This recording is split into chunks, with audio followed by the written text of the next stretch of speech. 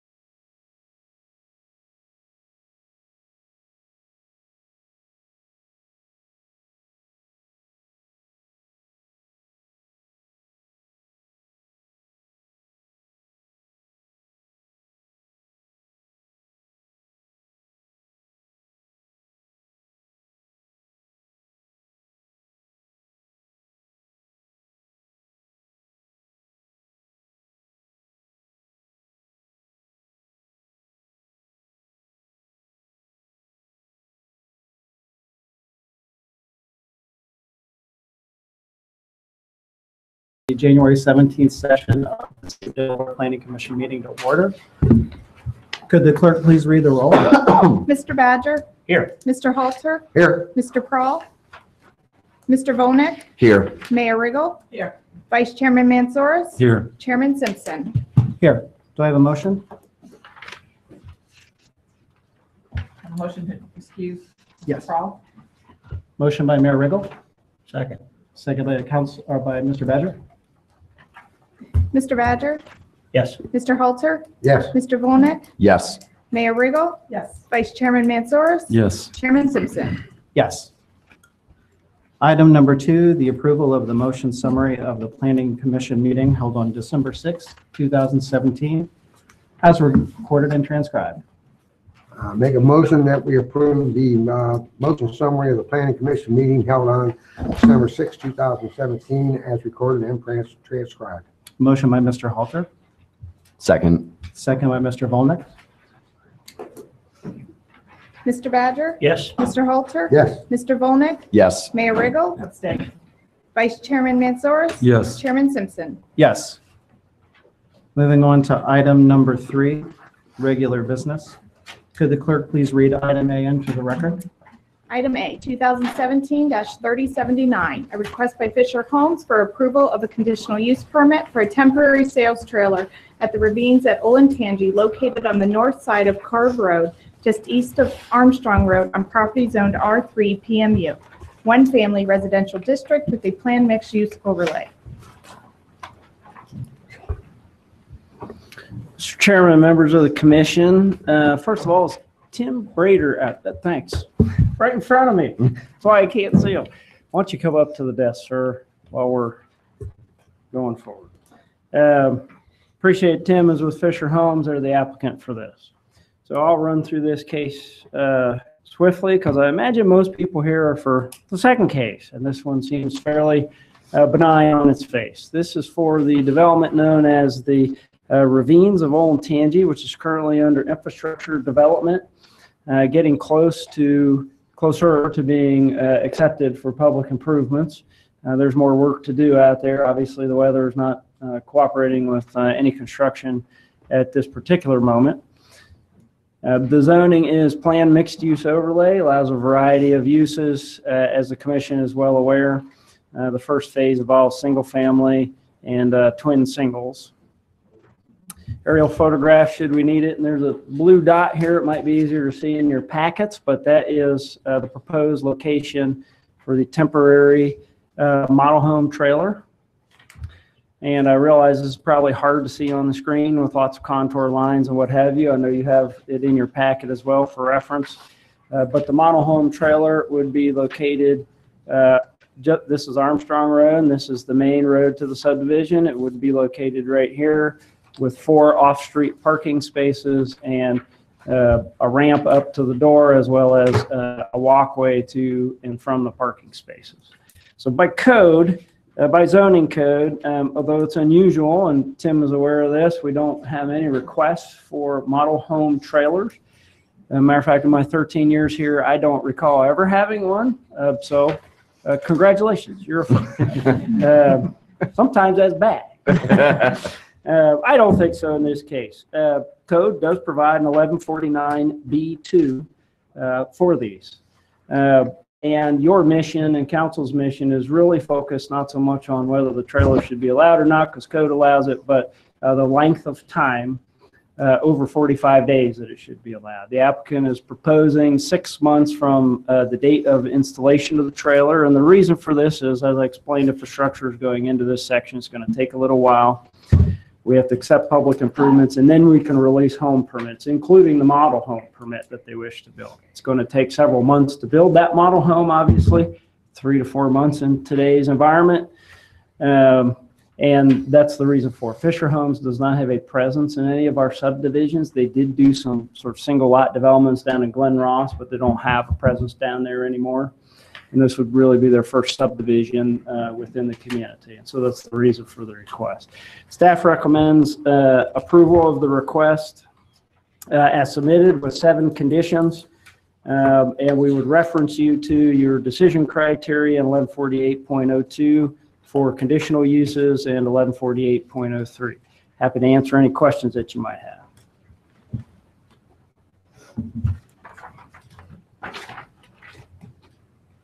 Questions for staff on this particular case? I guess I just have one, Dave. Is 6 months going to be enough with the weather? May not be able to get started for a couple months or? Well, we asked that question of the applicant, and as you can see on their letterhead, they supplied that date for us. We didn't really suggest one to them, other than it's supposed to be temporary, guys. So, 2018 comes to mind. So that was their time. You might ask Tim what he thinks as well in that regard. And also, I think I saw in there where some of the public improvements still aren't approved yet. And That's we'd correct. have to wait on that for the model home. They're not accepted, although some concrete or asphalt, I guess, on the road. Concrete on the road went down, and the construction entrance is being shifted or has shifted. So some of the conditions are being met. But if you approve this with our conditions, obviously we would make sure that all the conditions are met prior to issuing the I guess temporary. my question again kind of goes back to the 6 months. If all of the approvals haven't been made. I also seem to remember, I thought if it expired, you had to wait at least 6 months before you could apply again. If it's denied for some reason, that's true. If you approve it, he could theoretically come back and ask you for an extension to this, in my opinion. Depending on what Tim might say, if he says here tonight 8 months might be better and that's your pleasure, staff would have no objection to 2 additional months. Carrie, can you explain maybe very quickly where the infrastructure is at in that subdivision? They do have a small segment of the road down, but just the RCC course, not the final asphalt course. So that is at the entrance there at Armstrong and North Street, where that 4-way stop would be. They have been using primarily the east entrance for construction vehicles at this time, although there is some activity down there. They still have quite a bit of infrastructure to go in for water, sanitary sewer, and storm, but they're working on it as weather permits at this point in time.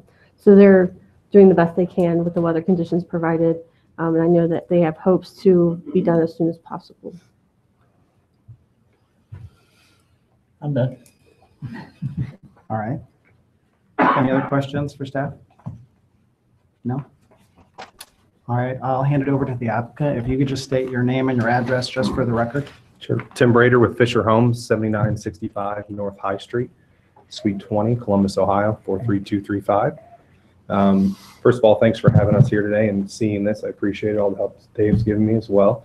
I think he explained everything that's right. As far as the 6 months goes, the fact that it sounds like he's going to have an opportunity to get building permits prior to the final course of asphalt with the RCC code down, as long as he meets the rest of the restrictions, which are a long list of restrictions, but I think we're probably 2 months away from getting all those complete. So the thought would be to have the trailer down with still the RCC code, maybe in March, once it gets through city council, and then the 6 months sort of starts from there. And if we can get a model permit at the same time, then model permit starts. And so in my head, it was sort of a 4 to 6 month. If you think it's easier to put an 8 month or occupancy, so we don't have to renew it, we're certainly open to that. We were trying to get it to the smallest amount of time as possible, just because it was already asking for an exception. So if that makes more sense, we would take whatever time limit we could add on. We'd be perfectly fine with that. As far as the rest of the conditions go, I don't have any issues with anything here. Like some of you said, a lot of these are already starting to be met. So I don't have any concerns with anything that was placed on there. David, just for my reference, would the extension be grantable at a staff level, or would it need to come back to this body? If you just prove it as is, it would have to come back to this body and council. You could approve this at 8 months, or with the possibility of staff approving an additional 2 months, I suppose, could be your recommendation. You make a recommendation to city council, obviously. In that case, I would say just skip that step, make it 8 months. You do have the certificate of occupancy as the or situation. So if the model We does did. get done sooner, we'll have to pull it. So Right. we wouldn't just abuse that. We want to be in the models. We'd much rather would sell out of a Absolutely. finished model than this trailer. So Absolutely. our objective will be to get that model as soon as possible. Okay. If we wanted to extend the timeline, would we need to go through the motion process? I think, yes, you should probably officially amend staff recommendation 1 from 6 months to 8 months and keep everything else the same if that's your pleasure. And then vote on the entire revised recommendation case. Can we clarify the part of the concrete base down as quote being paved as opposed to final course of asphalt? Planning Commission will recall we changed our subdivision regulations several months ago at this point. And that allowed a final course of asphalt to be bonded. So of course, we'd like it to be put in, but it could be bonded. I guess what Tim's referring to, among a list of other things that can be bonded as well. So if we get to that point, that's really the engineering department, and they perform those inspections. They get down to eventually what we would all call a punch list of items. And if they can be bonded, the applicant can go ahead and bond those and then move forward to acceptance of improvements over that, recording of the plat, and issuance of the building permit. So there's still a few steps before just issuing building permits. You would not issue regardless, you wouldn't issue a building permit for any of the houses except for the model home without that work being done, would you? We could issue building permits for any of the homes as long as a bond is supplied by them for the elements that they can supply a bond. But they could do either Like one. They could either supply a bond or they could accept the point that we're not going to issue any building permits until it's done. Well, and that's governed by the revised zoning code. So again, there's a list of those items they can bond. It's very specific now. One of the changes we made was the top course of asphalt could be one of those. Okay. items. All right, well, And they may get to that point with weather breaking or what have you, that they just are not going to have to punch those. Won't know till we get there.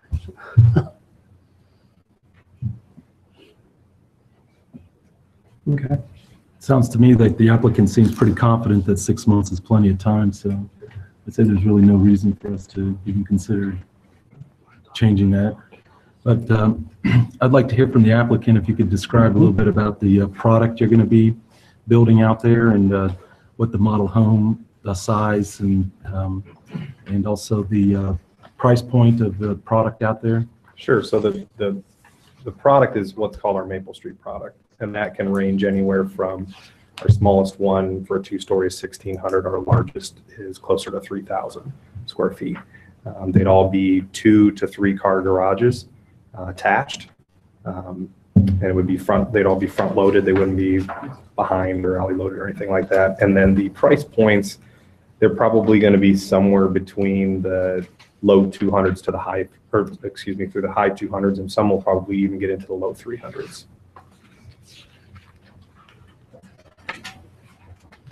Typical would be 3 to 4 bedrooms, 2.5 baths is sort of typical. Thank you. Okay. Well, if you're comfortable with the 6 months, I also see no reason to make any changes.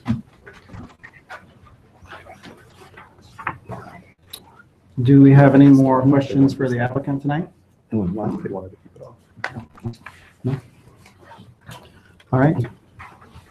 What is the wish of the commission? I'll make a motion that we approve. Chairman, I'm sorry, this is conditional use permit, which requires public hearing. So again, I kind of doubt anybody's here for this case, but you probably ask. Fair point. Are there any members of the public here tonight to speak on this particular case? Okay, seeing none, I bring it back to the commission. Make a motion to approve 2017-3079 along with all staff recommendations. Motion by Mr. Montsoros. Second. Second by Mr. Badger. Mr. Badger, Yes. Mr. Halter, Yes. Mr. Volnek, Yes. Mayor Riggle, Yes. Vice Chairman Mansour, Yes. Chairman Simpson. Yes. Motion carries. Thank you. Thank you.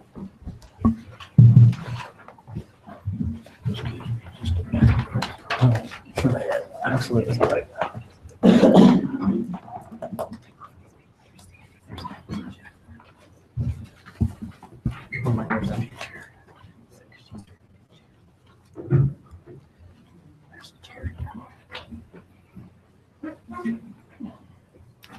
All right, well, we can go ahead and move on to item B and read that into the record for this evening. Item B, Delmore Dwellings Corporation, number 1, 2017-3115, a request by Delmore Dwellings Corporation for approval of a rezoning amendment to allow a PMU, Planned Mixed Use Overlay District at 250 Curtis Street on the north side of Firestone Drive on approximately 3.64 acres on property zoned POI, Planned Office Institutional District, for an actively owned and managed 48 dwelling unit affordable housing development.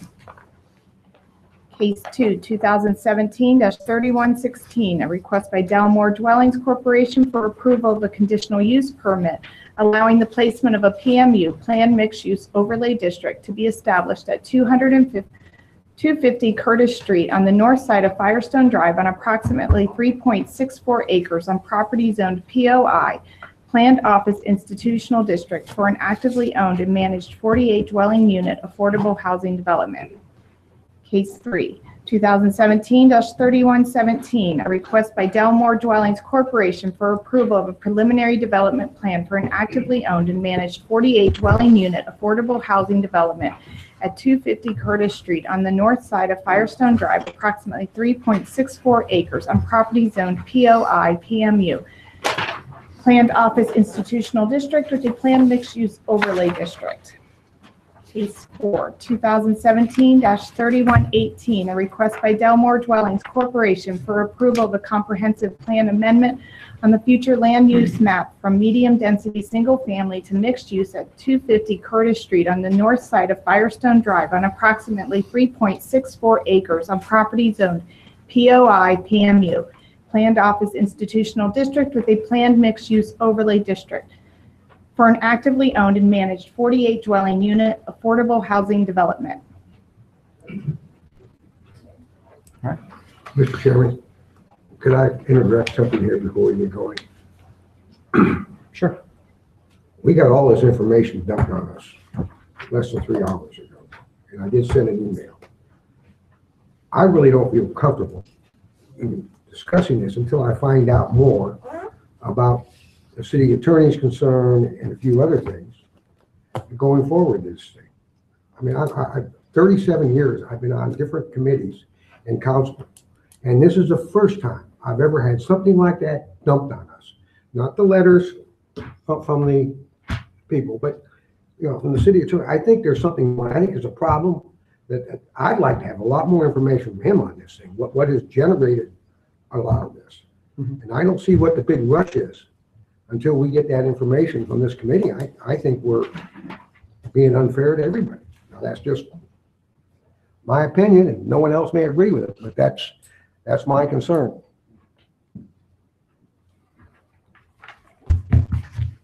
Duly noted. Mr. Chairman, members of the commission, and members of the public, applicant here this evening, thank you all for being here. A couple of housekeeping items. First of all, for those that are standing, there are some chairs open if you want to find them and sit down. Looks like we're going to be here for a little while. So, there's at least a couple up front, a couple in this row. There are sign-up sheets out in the hall for both the meeting, but also if you wish to speak. So make sure that you've signed those so that everybody get a chance to see that and sign up who wanted to do that.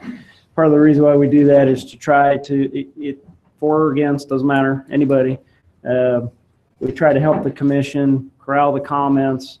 They're generally interested in, they don't need to hear the same comment over and over again. Once is enough to preserve everybody's time and energy here this evening. Kind of giving the commission chair speech here. And then my last thing to remind us all of, and I'm always continually impressed by Delaware and Delaware citizens in this regard, that we all maintain our courtesy and civility to each other, no matter on what side of the question we might be. So with that, I'll deliver the staff report. Oh, I do, before I start, I know the commission and the applicant know this, for the benefit of everybody else that's here, a quick outline of the process. There are a number of cases, but it tracks a development proposal, as I think you've all seen, one development proposal. So the process is generally an applicant comes, works with staff to prepare an application. That's what they've done. They submit an application or applications in this case. Staff report is prepared. Of course, we don't have the advantage of public hearings or any of that stuff while we're going through our process. And then in these cases, it proceeds to Planning Commission, who we make a recommendation to. They make a recommendation to City Council, and City Council ultimately makes a decision for all of us. So it can be a rather lengthy process with a number of hearings involved. Some of these require public hearings. And so that's what this is this evening, public hearing before the Planning Commission. And sometimes there are multiple meetings for those as well. So that's the basic outline of the process. So the site's located at 250 Curtis Street on the north side. Here is the locational map of the site. It's approximately 3.64 acres. The zoning map, and the commission and the applicant are probably more familiar with this, so I'm going to spend a little more time talking about zoning and comprehensive planning in this case, and you'll see why as we go through this. But the zoning map actually zones this piece of property today planned office institutional district. And that allows a number of uses in the office and institutional category. A number of them are permitted, a number of them are conditional uses, and some of them are accessory uses. Surrounding this site, and this site may arguably be the one site I can think of in the city that is surrounded by virtually every zoning district that we have, at least from a macro perspective in the community. We have heavy industry zoning, that's the M2. It's the gray on the map to the east of the site across Curtis Street. We have R5 multifamily planned unit development overlay to the north in the Hidden Ridge apartment complex. Planned unit development zoning actually doesn't exist in today's zoning text. It did in previous versions of zoning text when that was developed, but it's like a planned mixed use overlay, which they're proposing here this evening. You have actually agricultural zoned land to the west, which is used as single family homes now, as most people know. And agricultural, that's not terribly unusual, where we have old single family lots in the community and someone builds a home or has a home and hasn't come in for any other kind of development action on it. A lot of times those are what we call holding zone, waiting for other development to happen. In this case, I think there's 3 single family homes on those lots. And so the likelihood of future development is low, but obviously could happen. And then to the south, we have R3 single family zoning district. Ironically, on land that has heretofore been used by the Salvation Army, institutional use on that land, and it has been vacant for quite a while at this point from the Salvation Army, looking to, and they are actively marketing that land as we speak. And then a small home on Curtis Street, also zoned R3. You have railroad tracks and some more industrial zoning to the south. So for everybody's, maybe the citizens benefit more than the rest of us that kind of do this every day. I'm going to let you read this. I'm not going to read all that, but I am going to go through a series of slides that just kind of summarize, and I encourage you to go out there. Our code is online, review it, but summarize the zoning districts that I just walked you through around this site. This is the general manufacturing district. It is our heaviest manufacturing district in terms of most intense uses are allowed there, and that sort of thing. By reading this, I think that makes that obvious. The R5 PUD multifamily district. R5 district is a multifamily district that permits 2-family and multiple family dwellings in various kinds and arrangements. And the PUD overlay really does the same thing in the case. In this case, it allows for very specific land uses to be crafted on the site, rather than a whole range of uses that you might have in an underlying district. It requires plans or required plans to come in specific to the PUD overlay that allowed for the mitigation of any issues that might come up, and it also allowed some flexibility in site design. The agricultural district, I think, is pretty self-explanatory. Generally, it's for agriculture. You can have single-family homes there. Ironically, single-family homes are actually a conditional use in an agricultural district. So there you have it. The R3 one-family residential district as well. This is sort of we have a lot of R3 throughout the city. And it's really a low, but really a medium density single family district under our code. And a POI gets a lot of words on the screen because it's a planned office institutional district. That's the subject site, as you'll recall. It allows a range of office uses and institutional uses. In many ways, you could characterize what's being proposed as fitting within the institutional use category, in our opinion, as staff. The institutional uses in this case fit probably under potentially a number of the conditional uses that are allowed in the POI district. But this gives you some of the purpose and need statements for the POI district in general, and to provide really careful planning for complex sites and places within our community, but also to allow for mixed use arrangements and to make sure things are compatible with the surrounding uses as well. So we have an aerial photograph of the site should we need to reference it. The thing I think I want to draw your attention to on this is, commissioners, the heavily wooded western side of the property, which is proposed to be permanently preserved with this development, the vast majority of it. And we'll go into more of that in detail as we get to the site plan as well. There is an existing house on the eastern side of the development, and a couple of trees over here, some trees along the northern property line, which the zoning takes, and we are suggesting to preserve as many of those should this move forward.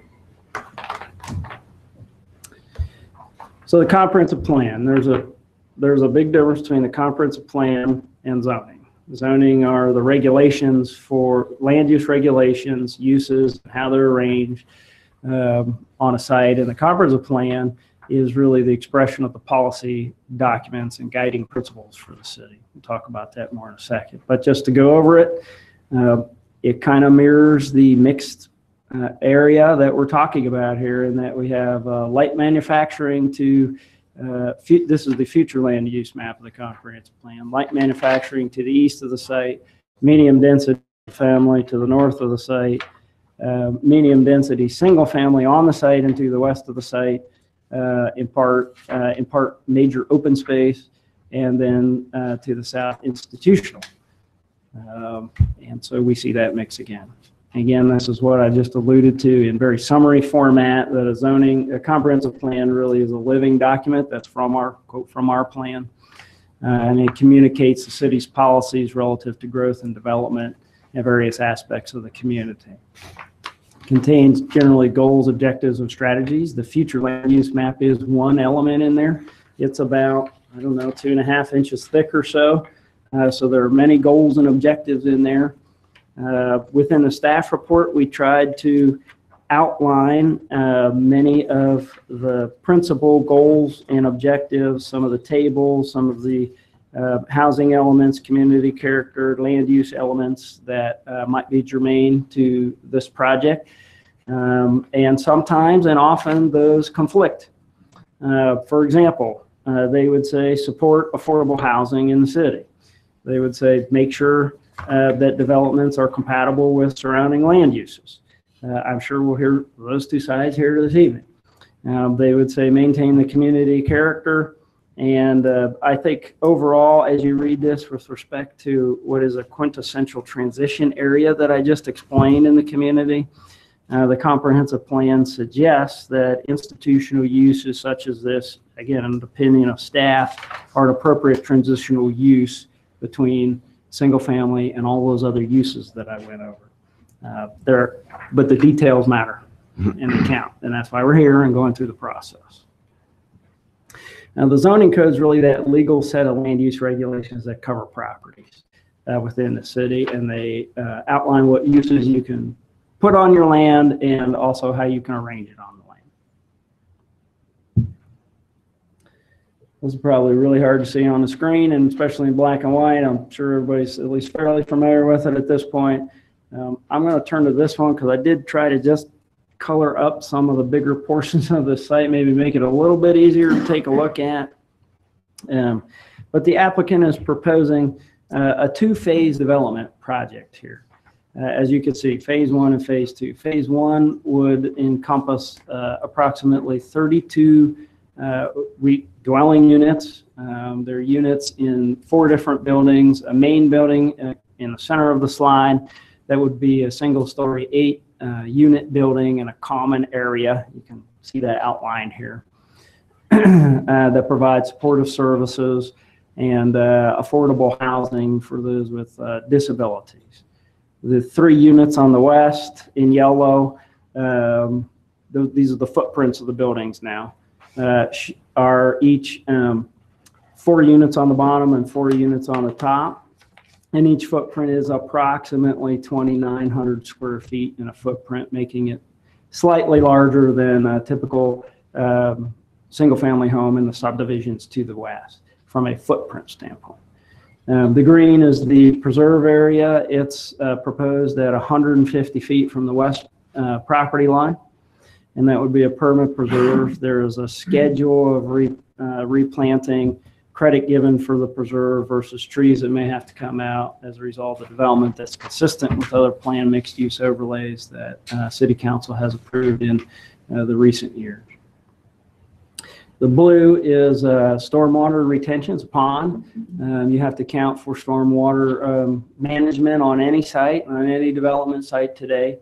And it does take up some space, and you have to have a pond. And we suggest, city engineer, I think, is suggesting a guardrail along Firestone. As a result, it's fairly close, not fairly close, but it's close enough to the road to warrant that kind of recommendation at this stage, and it is a preliminary plan.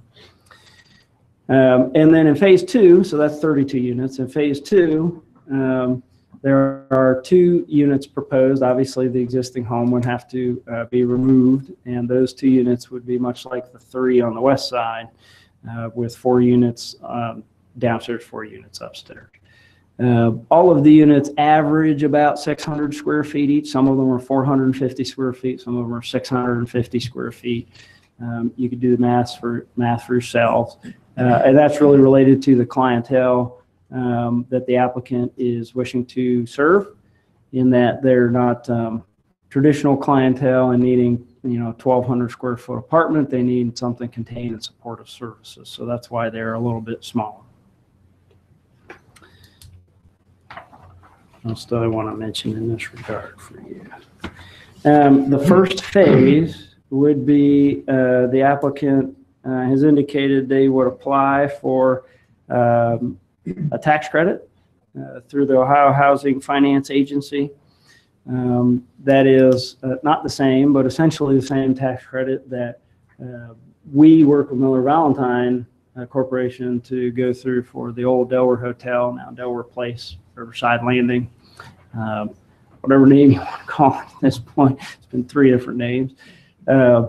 And that is a lengthy grant process that happens at the state of Ohio and has many, many, many requirements and is extremely competitive.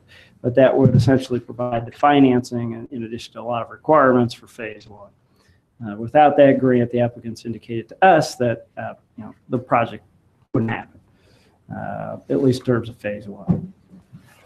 Phase 2 is future years, might be subject to another grant application process, might not. Might just be developed by Delmore Dwellings as they've developed many units not just around our community, but many communities as well.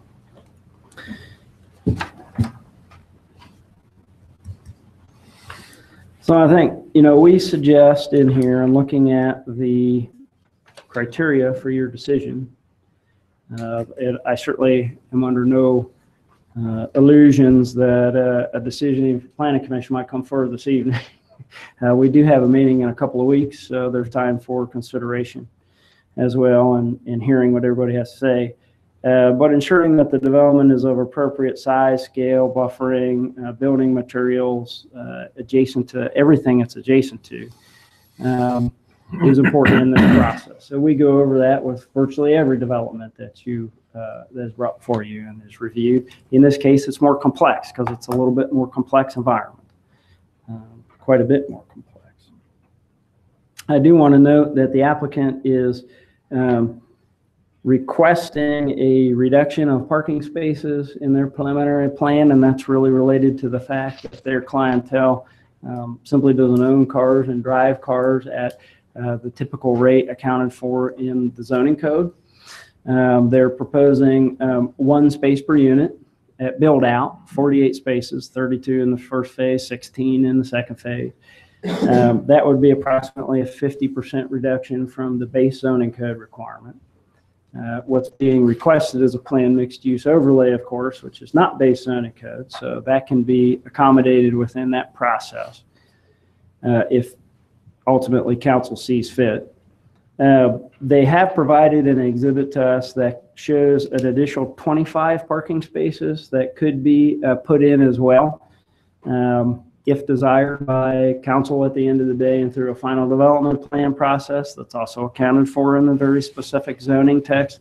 But those are really, if I can get the arrow working here, those are really there's more room along the driveway and along this side of the building to put in some additional parking spaces. That would give them a total of 73 spaces. Total required by base zoning code would be 96. As commission is aware, we have a 30% reduction ability of parking spaces should council ultimately grant that. Typically, we do require enough room on the site to show potential future to that additional 30% as well. Obviously, there's just not that kind of room on this site with this development plan. So, but we don't always, we just usually do. But that's something to consider. The city engineer has looked at their proposed development in relation to the access points, in relation to the parking, and has concluded, at least preliminarily, that there's sufficient amount of spaces together with the additional 25 spaces that could be put in. Just a quick orientation of this diagram. Firestone is to the south. I should have started with this. And Curtis is to the east. I'm sorry. As you know, there's a driveway coming off of Curtis and Firestone now. Those would go away, and the main access points, per the city engineer, would be off of Firestone Drive in this looped configuration. Part of our process for the benefit of the public here tonight is that as staff, we go through a multi-department review from engineering to police to fire to public works to all departments, and receive comments from those departments, and that has occurred that resulted in this proposal here, as you see it. So the landscaping plan is not actually required at preliminary. Most applicants provide a preliminary one. Most applicants for a planned mixed-use overlay. Again, I know this is hard to read on the screen, but they are proposing, there are street trees already out there on Firestone and some on Curtis. Those would be completed, as well as the interior required landscaping per their text and per the base zoning code. So I suspect that is something we don't have to spend a lot of time on here this evening. Did want to go over just the building designs a little bit in case anyone didn't have a chance to review those. This is a rendering of the main building. It would be 1 story. It would have a residential look and feel, although it's clearly much bigger than a house. It is more of a sort of an institutional building scale, but still being 1 story and having high pitched roofs gives it that residential feel. 612 roof pitch. That is not required by base code. That's additional.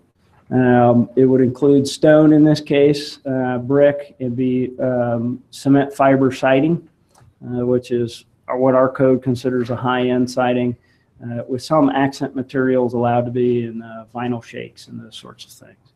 I think the design of the buildings sort of trying to make that transition from this mixed-use area into the residential area. The other 3 buildings on the west and 2 buildings proposed on the east would be, these are the elevations for those and include the same sorts of things, cement fiber siding. These are residential, so obviously lots of windows, and natural materials on the front. And if they go to the side of the building, they would wrap around the side of the building with the natural materials as well. The natural materials being brick and stone in this case. Again, a pitched roof, 612 roof pitch.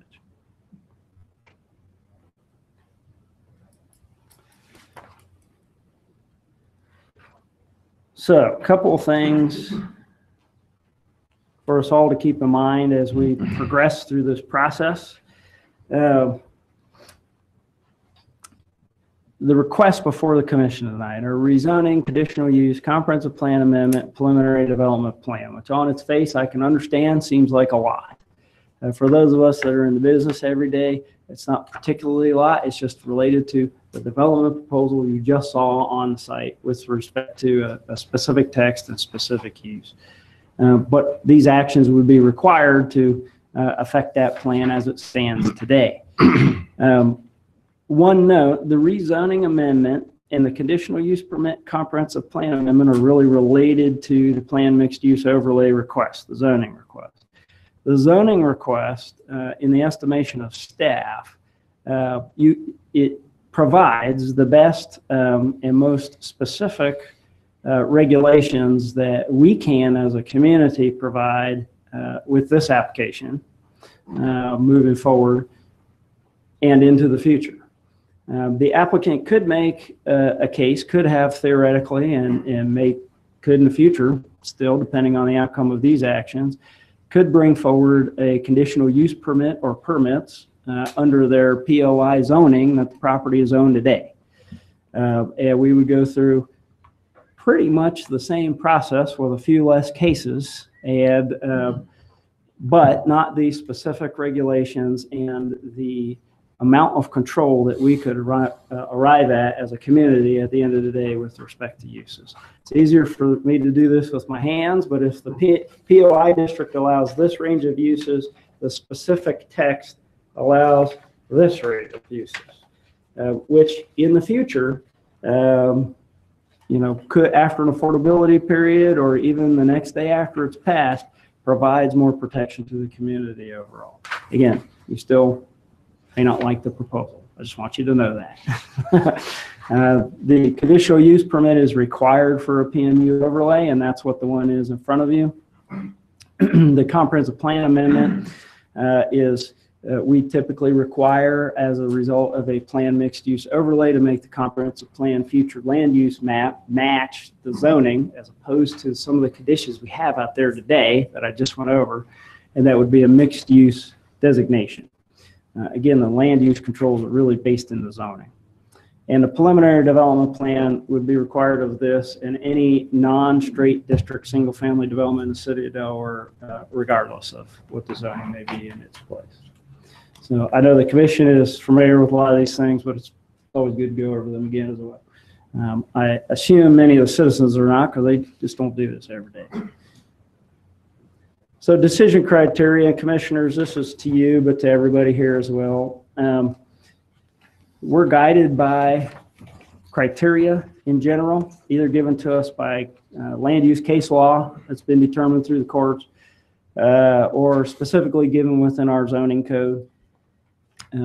It's not really a question, at least for staff, and really should be for planning commission or council, of whether a proposal is liked or not liked. It's about how it fits the code and how it fits those decision criteria. Those can be arguable points depending on whatever the point is and what the development proposal is. one of those. A landowner generally has a right to develop their land under any zoning code and our zoning code regulations that are applicable to the property. The process involved here also provides for a series of opportunities to provide comment and input, including in some of these cases formal public hearings. And that can adjust and change the plan and intensities and even densities and numbers of units and arrangement and the types of units and parking and all those kinds of things. But it's always important to remember that the landowner does have a right of property ownership and a right of development in their land. So decision criteria, the zoning amendment and comprehensive plan amendments don't have specific criteria under our text. Those are really governed more by general land use law throughout America and really come down to reasonableness of decision and preservation of the police powers of the city at the end of the day. That is a general welfare, often boiled down into the statement, the general health, safety, and welfare of the community. You also have to evaluate it in terms of all those things I outlined, our regulations, what's proposed, what we might hear this evening, and our comprehensive plan. The development plan reviews have specific decision criteria. The commission knows this, has been provided the codes in the past, has the ability to review these for each of their cases. They're given at 112909 of the zoning code. By reference within that code, the design and performance criteria in chapter 1171 is also applicable in these cases. Again, we're in a planned mixed use overlay situation that gives us the most control, but it also affords the developer some flexibility in how they lay out the site. For example, not wiping out all the trees on the west side to use all the property, but preserving those, which means clustering the development kind of more to the east side. Base zoning code just doesn't account for that sort of thing. And so a planned mixed use overlay can account for that. And finally, the conditional use permits have general and what are called specific decision criteria, although they're fairly general as well. And those are given at 1148.02 and 1148.03. So as we go through this process, commissioners, if you have questions or need to be provided other copies of those, please let me know. And we can do that. I think everything I'm telling you is in accordance with what the city attorney passed on to you earlier today as well. I would remind you that I think any decision should be grounded in the decision criteria and in what we know of general land use and case law, balancing all the potentially competing interests involved in this case. Questions? I should say, we are recommending approval of staff with a number of conditions as noted in the staff report. Again, I'm not under any illusion that you're going to be able to reach a conclusion this evening. You may have some more questions and you may send us as staff off for more information and answers to those questions, and that's fine, as you've done in the past. So I am happy to answer any questions and to stop talking. Thank you, David.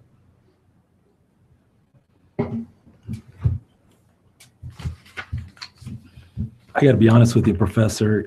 You just filled my head with so much more than I ever expected. And I don't know if that's a good or bad thing.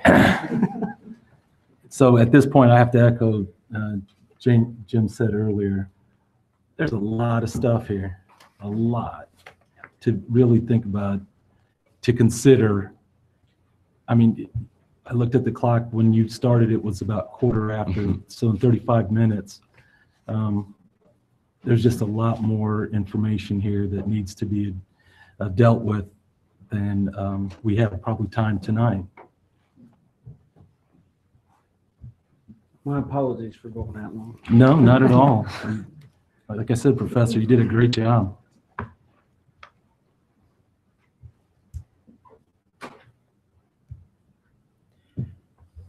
I've made my statement. I don't want to, there's no sense me burning it into the ground. You know, as far as I'm concerned, we should table this thing until we can get more information to us. Because this is a tremendous amount of information. David's a very good job too. I mean, you know, maybe if you wouldn't have given us all the information, you gave it all, and it's hard to adjust all this in half an hour. Yeah. The one thing, I totally get it. The one thing I would suggest to you is that we do have a public hearing scheduled for tonight. You haven't heard, you've heard from me and staff at a very cold zoning analysis. You have not heard from the person that brought the case to you, the applicant. I think everybody's out on a really cold night, and it might be worth letting the applicant make their presentation for their case and also hearing what the public has to say in a managed, controlled way, and that may inform some of the questions that you send us off to go find answers to. That's a suggestion. Absolutely, David. I second what you're saying. I think we're here for the purpose of discussing this case, and I think this is an information gathering process, and I think we should see the process through, and at the end, we'll decide what the wish of this commission in this body is. I completely agree with that. I have no problem with that whatsoever. Okay. So that is how we will forge forward this evening. Are there any other questions for staff before we bring the applicant forward? I only have one question, and I think you've explained this to me before. On the comprehensive plan, that is approved by council, is that correct? Correct. And who has the right to change that? Does staff have it? Do we have it? No, those amendments to the comp plan, be they textual or be they the future land use map, have to be approved by city council. So shouldn't the city council approve that before we get it? Because us approving this and them not approving the change in the comprehensive plan, this kind of puts the whole thing bases on that, first on that change, if I understand correctly. It does and doesn't. I think that you can make the argument, as we have many, many times, that these cases really track together. So if you take out the conditional use permit, they still couldn't do the development. If you take out the zone change to PMU, they couldn't do the development as proposed. It could maybe modify it or just bring a conditional use back or something like that. So they all go together. So it's hard to, and they all arrive at council for a decision. As you know, you're not making a decision on the comprehensive plan or any of these cases either. You wrestle with the details, and your charge from planning or council is to do that and give them a recommendation of what you think. You handle these cases every month. Some more controversial than others. So that would be the best answer I could give you in that regard. That at least answers one of my questions I had, and I'm sure we'll get more. That answers one, because I'm pretty sure it was council that passed it, and council's the only one that can amend it. That's correct. All right, so ours on that would just be a recommendation. On all of these, it's just a recommendation on every case in front of it. Mm-hmm. And I don't mean that to belittle your role in the process. No. It's important. Okay. Well, I understand that. The city council's the one that has to eventually prove everything, which is the way it should be. It's the way it is. Right. Okay. That's all I wanted to know. We can go on with. I have one question. Dave, this is stamped, the permit is stamped December 15th. Is that when you first received any of this? We'd obviously been talking with the applicant, as we do with all applicants leading up to a formal application. That's when we would have received this formal application and the supporting materials, the application check, that sort of thing. Okay. Thank you. I need a little clarification, I guess. I think I understood that under the PO/I zoning, conditional use could allow this. That is correct. That would be my opinion. So, I mean, that could be one route. They could just go with that. That could have been the route they chose to brought forward. And I will tell you, it's in our staff report. I give the applicant credit for subjecting themselves really to a zone change and to very specific zoning and a text, because it puts the uses that they could do on their property. As I said, from here today down to a box that's very, very narrow. I read like hospital, Could be veterinary hospital, clinic, hotel with restaurant as a conditional use. none of which now could be if this change occurs. Correct. What it could be is what's in the packet under the specific zoning text, which is a few more uses than what's proposed, but it's very specific, but also includes single-family dwellings as permitted rather than conditional. Offices, medical and dental offices, research and development facilities, Daycares could still be conditional uses, libraries permitted, and, any public safety or service facilities would be conditional as well. That would be more like city facilities that might have to go onto that site, that sort of thing. And parks and playgrounds would be conditional as well.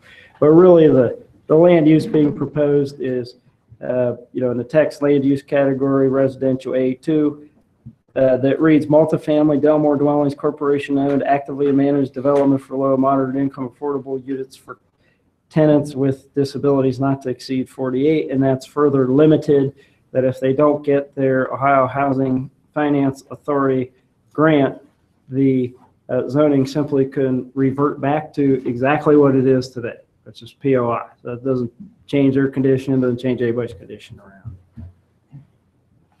That's how we have it drafted, obviously subject to change through the hearing process. I hope that answers your question. Yeah, in essence, it's going to be quite a bit more restrictive than the POI is. There's no question about it, in my judgment. Thank you. I guess my other question is under section 1148.02, general criteria for all conditional uses. Okay. Is that, how do I say this? There's 11 items listed there. Correct. Okay. Are those moving targets or are those pretty? I don't know what you mean by that. Well, if the code says there's supposed to be so much parking, and we change that, can we actually do that? You can. Since that's part of the code says that you will have, all access drives, access points, public streets, driveway, parking, service areas shall be in compliance with the regulations set forth in 1161. So Yes. You 1161 is not in concrete. That's a movable object too. 1161 would be a base zoning code, and that's that 2 parking spaces per unit I referenced. Yes. Doing a planned overlay district, you'll see in the text that it actually references exactly what I told you about parking with respect to this. 48 spaces, 1 for 1, and then 25 additional ones, if needed, can be put in. Still not to equal the 96, but up to 73 in that case. So you do have the authority, council does at the end of the day, to pass a zoning text that would allow for that kind of consideration. It is not, in the case of a planned mixed use overlay, only the city that accrues the benefits of more restrictions and better building design and those sort of better buffers and that sort of stuff, and a crimp down of the uses. But some benefits also accrue to the applicant in terms of being able to arrange the site. One of those things would be parking. So those parking places will be there. The council would have to prove that. Okay, the parking places will be there. Will they be all handicapped? I don't believe the proposal includes them all as handicap spaces, no. Well, everybody living there. It would be the requisite number required under federal law. But in this case, everybody living there is handicapped, aren't they? In one way or the other? Not necessarily for purposes of driving restrictions. Would be my best answer to in that regard.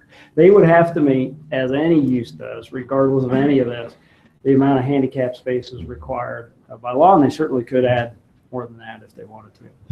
Well, I guess I don't understand what handicapped is going to be, but they can explain that. I to think us, yeah. I don't, somehow I don't have a handle on that one either. Okay. Well, the applicant is already at the table, so if you could just state your name and address for the record. Yes, my name is Michael Shade. I'm an attorney at law, and I represent Delmore Dwellings. It's my pleasure to be here this evening. I don't know of a cause that is more important to the community than to provide for those less fortunate than us in providing housing. This government took that responsibility on when I was mayor. We were approached by the state of Ohio, as all communities across the state were approached. That meant township governments, county governments, cities, villages, across the board in the late 1980s to talk about and be concerned about providing housing and having a housing stock available for those that were poor, those that were disabled, and In this county, you could choose to participate or not participate in this. The city council, on a unanimous vote, was only one of 2 governments in Delaware County to support that activity. The city of Delaware has taken the lead. The other was the township of Radnor, which is a very rural area. This, I'm not going to spend a lot of time talking about the arguments here this evening. I think it's more that we get information out, answer whatever questions that you might have based on the submission, and I agree with you. And I'm always never cease to be amazed by the quality of the staff reports that are presented. The detail on this, it was just stunning. And to Dave and his staff, a great deal of credit, and to staff in general. They were always cordial. They listened. They suggested. After much discussion, it was not an easy course to talk about making a specific zoning change. But in providing what the applicant needs and what we thought was best for the overall community, we followed the suggestion of staff to go with the zoning change. It's not that if this doesn't work out, we'll probably look at other options. One of the things is that we're trying to move this forward, and we won't have to deal with it tonight, but we are moving forward because of the funding mechanisms. This is an organization that gets a lot of its funding from government to provide these kinds of housing.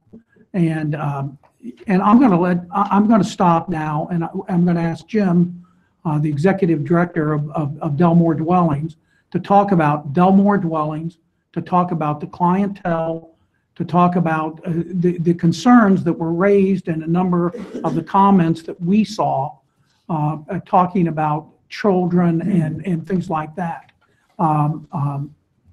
As I told Jim the other day, at the end of the day, we as a community have to understand that these needs are out there. And as I told Jim, I said, there but for the grace of God. And so it is important that we keep this all in perspective. And as Dave says, keep it on a civil tone and understand that we're not working at opposites here. We're trying to achieve and satisfy a need as the people at Delmore have done since 1990. And they do it not only in this community, they do it in Morrill County. They work and they do a tremendous job in providing for the needs of their constituents. And so I'm going to let Jim talk about it. I think he does an excellent job. Thank you. My name is Jim Wilson. I'm the executive director of Delmore Dwellings. Delmore Dwellings was incorporated by Delaware residents who were volunteering on boards in the community in 1990. I've served as the executive director of Delmore for 23 of those 27 years. I'd like to make, understanding that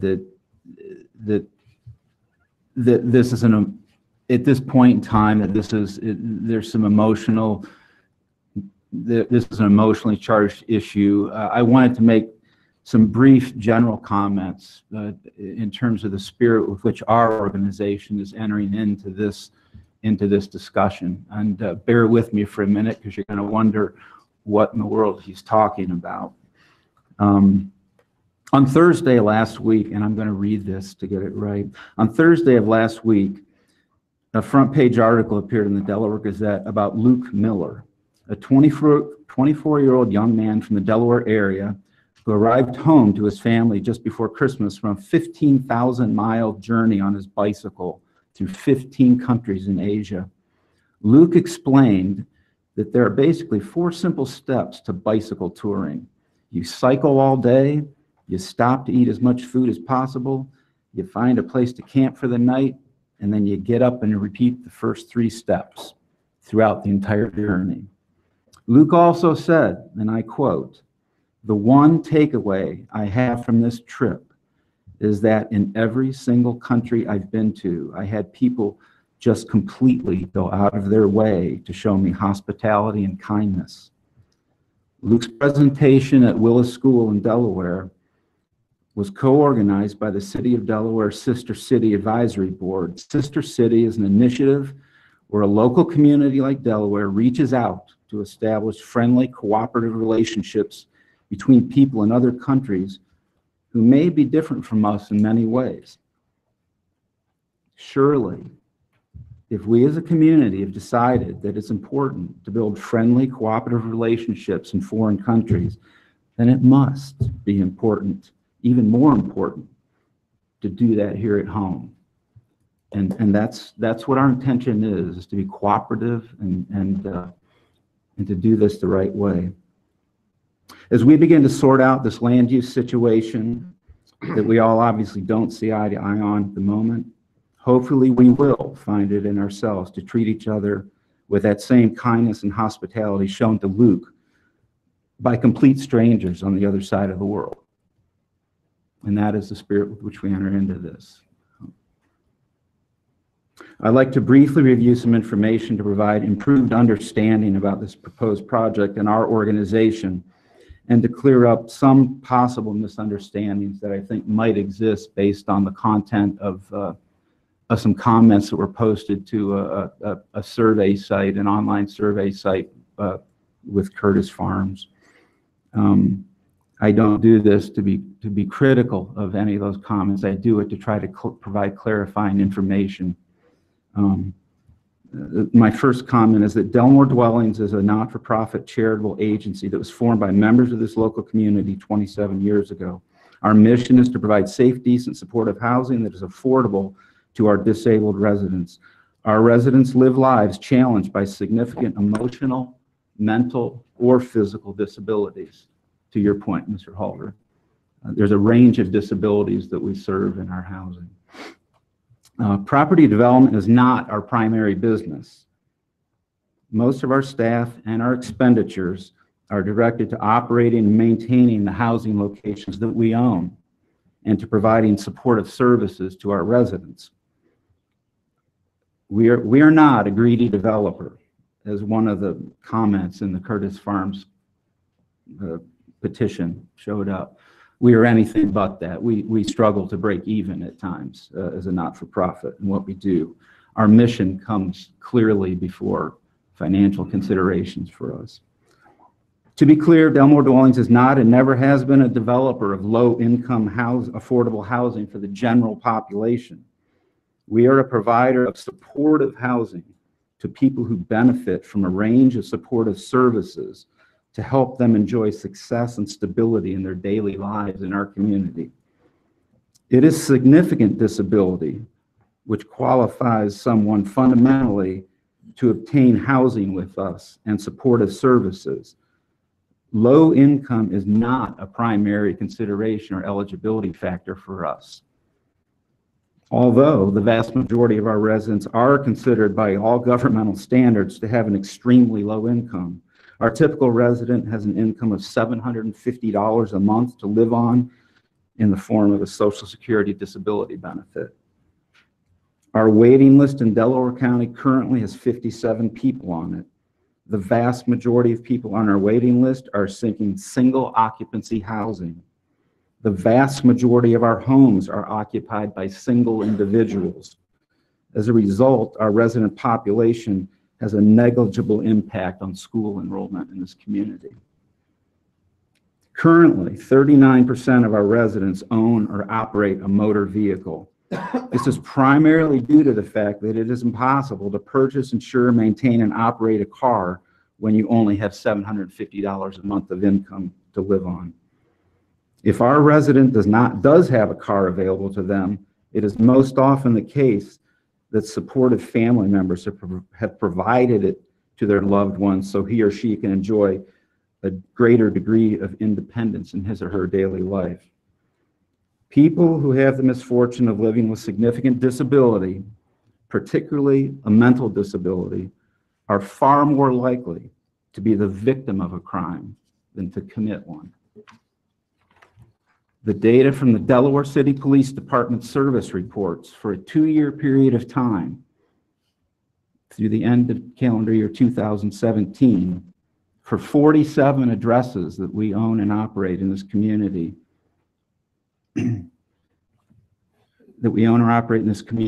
clearly show a lack of responses for reported criminal activity at our sites.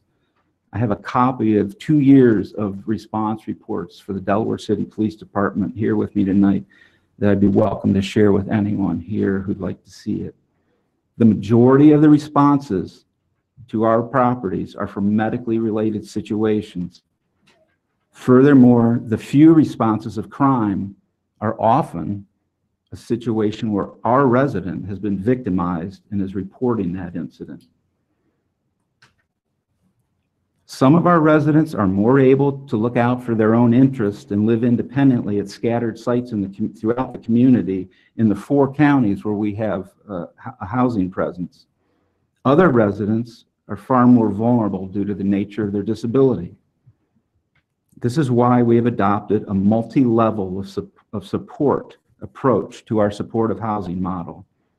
We thoughtfully screen referrals to our waiting list and evaluate the level of support each individual is likely to need to achieve success and stability in their daily life. If an individual has a high need and we do not have a housing site available with a suitable level of support, then that individual is not provided housing with us at that time. With respect to a commonly voiced concern in the petition comments that home values in Curtis Farms will be diminished, or as one commenter said, destroyed by this project, we will say that extensive national studies have been done on this subject, and they've shown that simply not to be the case. It'll be relatively easy to demonstrate this is the case locally by checking appraisal and sales transaction figures on the Delaware County Auditor's website for properties that are in immediate proximity to locations that we own. It simply won't support that contention. I'd like to close by sharing 2 thoughts with the panel and with all in attendance.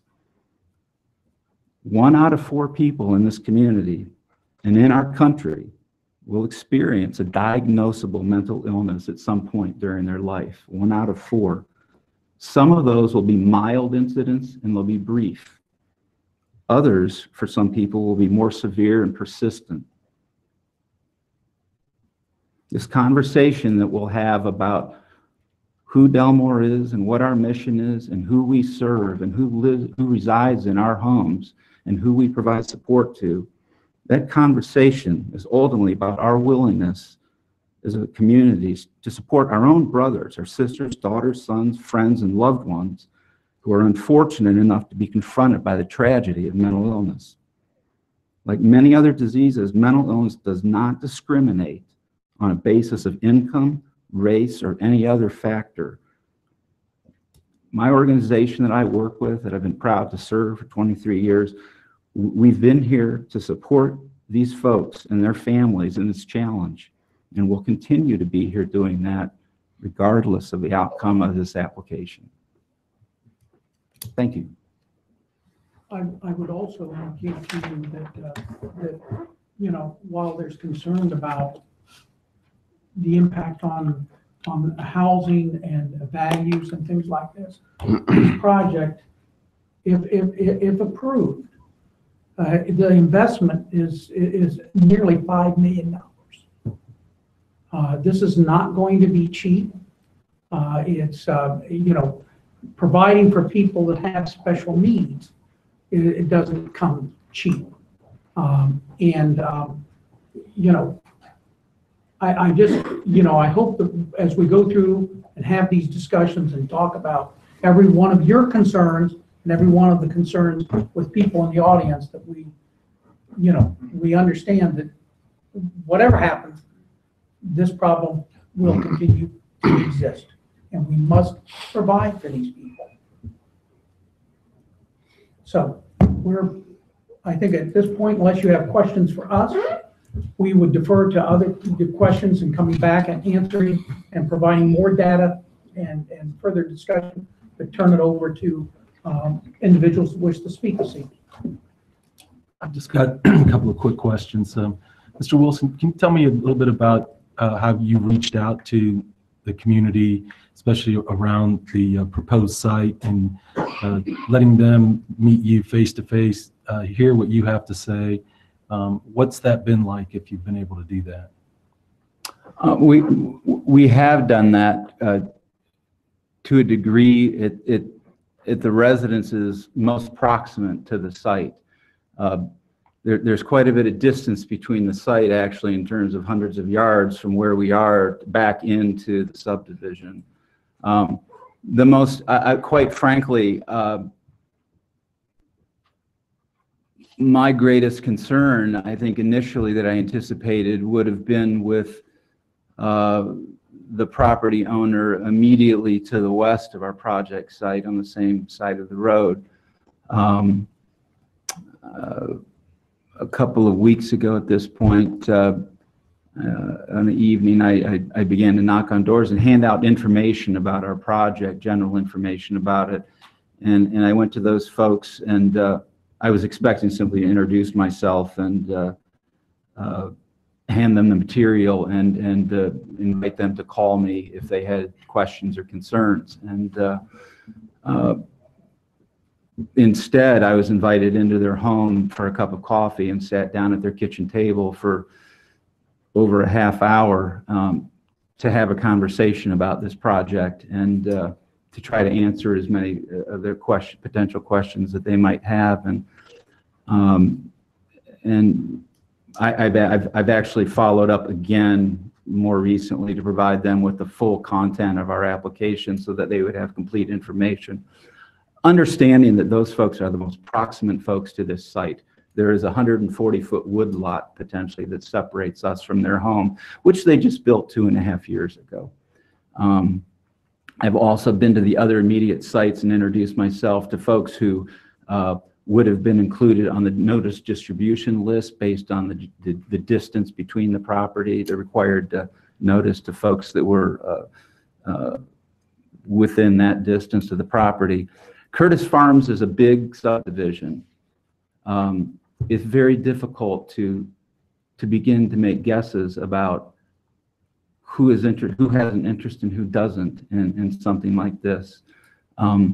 We didn't expect that we would come here tonight and get action.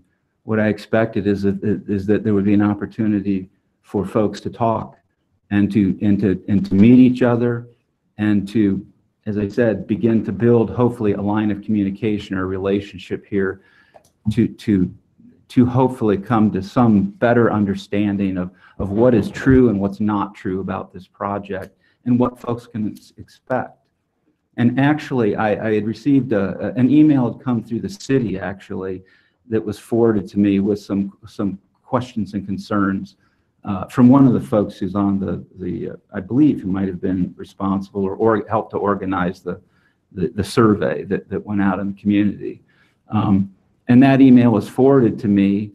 I reached out through email to that individual at Curtis Farms, and there was several emails back and forth, but I made several invitations late last week for that individual to feel free to contact me at any time over the weekend or into the first part of this week if they wish to arrange an opportunity for a conversation to learn more about our organization and about the project, and to do that at their convenience at a time and place of their preference. And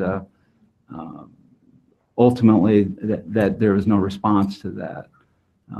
I've done this in the past with other developments. I've never been to Planning Commission before for a rezoning. I've been doing what I've been doing for here in this community in Delaware, Morrow, Marion, and Crawford counties. We have developments as far north as Bucyrus doing this very type of thing. There aren't a lot of organizations out there. In many counties, they don't exist. And so we've reached out to other counties when they've asked us to help create some of these resources for their community. But the only other time I've been here, we've expanded housing in this community. It's all high quality housing, and it's scattered across all 4 quadrants of Delaware.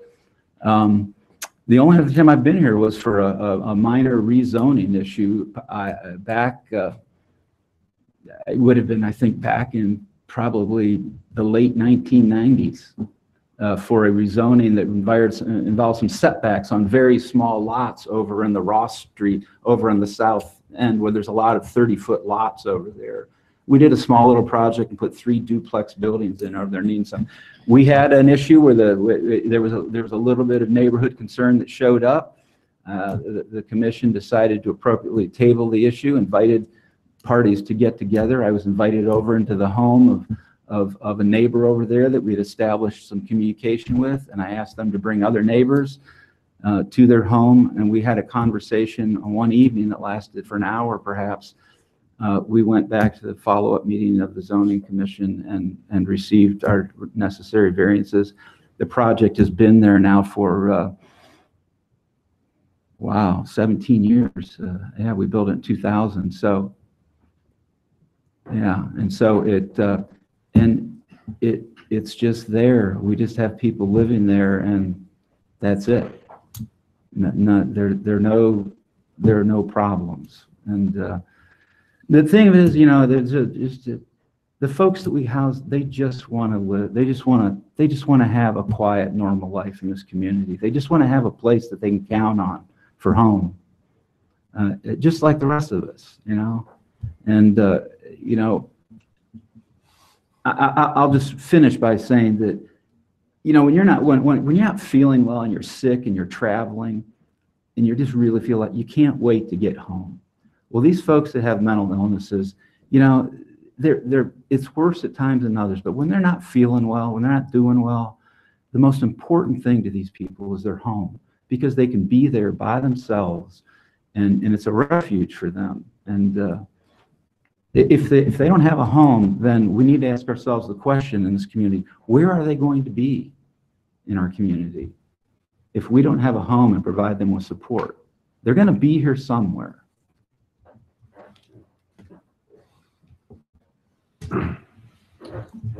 Yeah, I want to speak for myself. I don't want to speak for the council. I look at this and listen to everything you say, okay? But I'm looking at this as strictly a zoning change and conditional use. And what's, not only is it good for Delaware, okay, but what type of precedent will we set with this? Because in many cases, we have turned down, and Mike's aware of it, we've told a developer no, because we have that land set by the comprehensive plan or whatever it may be for this, and that is not going to fit in there. So, that's what that's the point I'm looking at. I don't doubt what you're doing is a very great thing. I mean, that's not my concern. My concern is that we better know what we're doing when we pass it or turn it down, either way, because some other developer is going to come back and say, well, you should give me this. You gave them that. Mike, you've been through it before. Okay. So that's what my feeling is. That's what I'm looking at. Is it what type of precedent are we setting here? Because this is planning, at least in Dyson, there's a pretty bold move as far as the zoning changes and conditional use and the changing of the master plan and the changing of this and changing of that. I understand what you're saying, Mr. Holder. Only thing I would point out to you that we're the ones, my client was the one that moved and took the risk to do this, because we wouldn't have to be here tonight except for a conditional use permit, and we wouldn't even be talking about rezoning.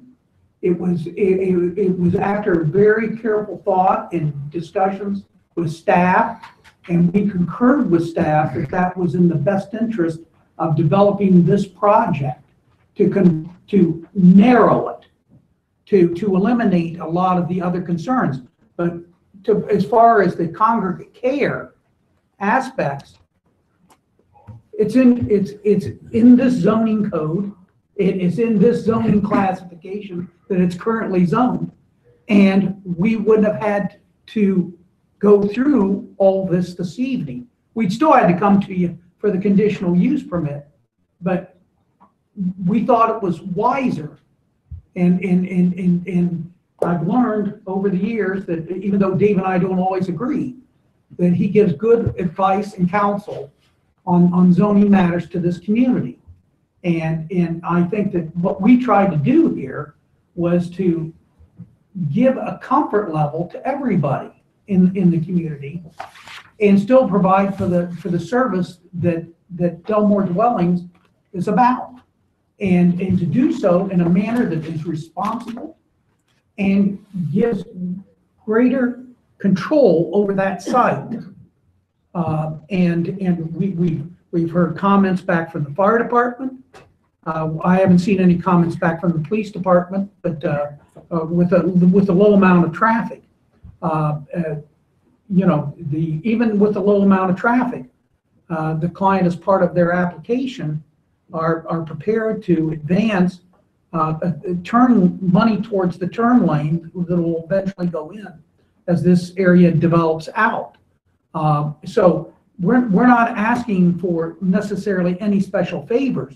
We're simply saying to you is, yeah, it may not gotten exactly what we wanted 100%, but we could have done that without seeking a zoning change. We're seeking the zoning change because we think it's in the best interest of everybody in this community and a greater protection for my client and their tenants.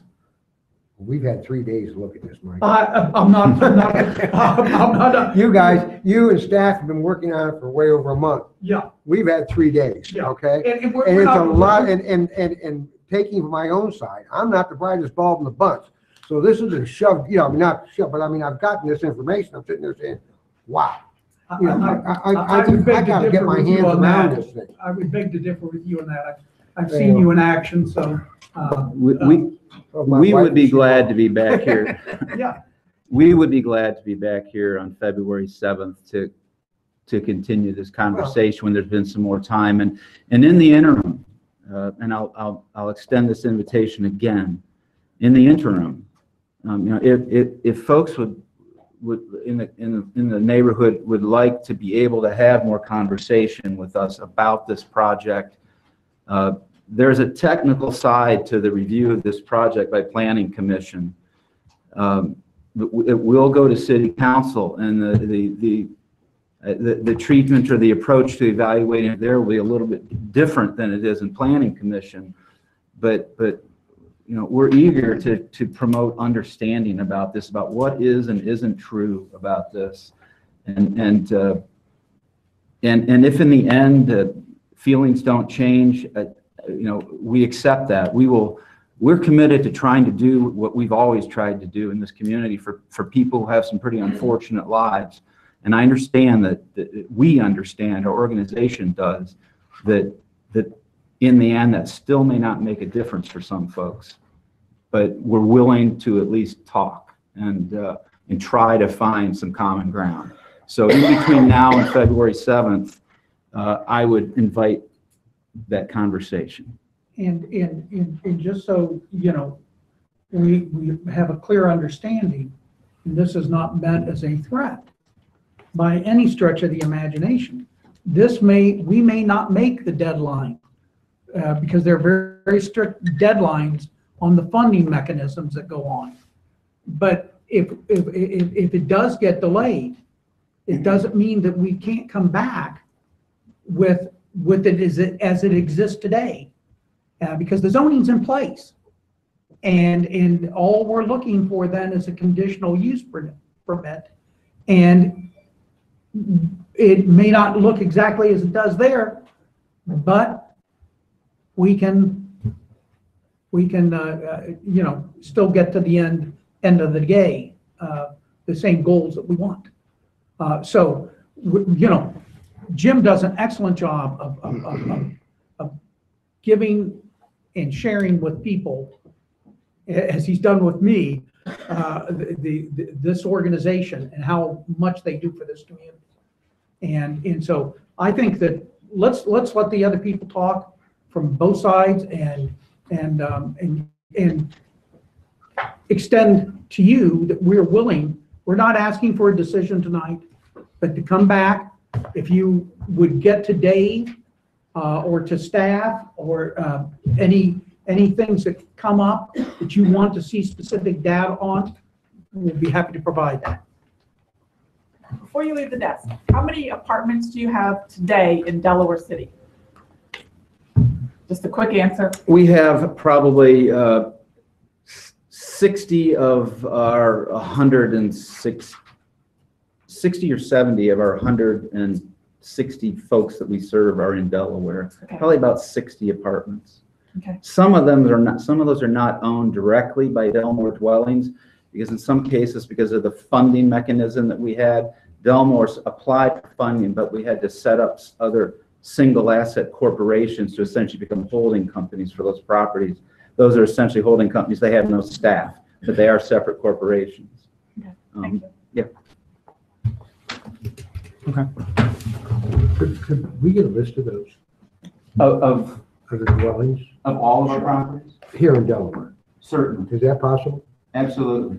Thank you. Chairman Simpson would be able to provide you with a tour of our newest construction project, which is just down the street from his home on Cheshire Street.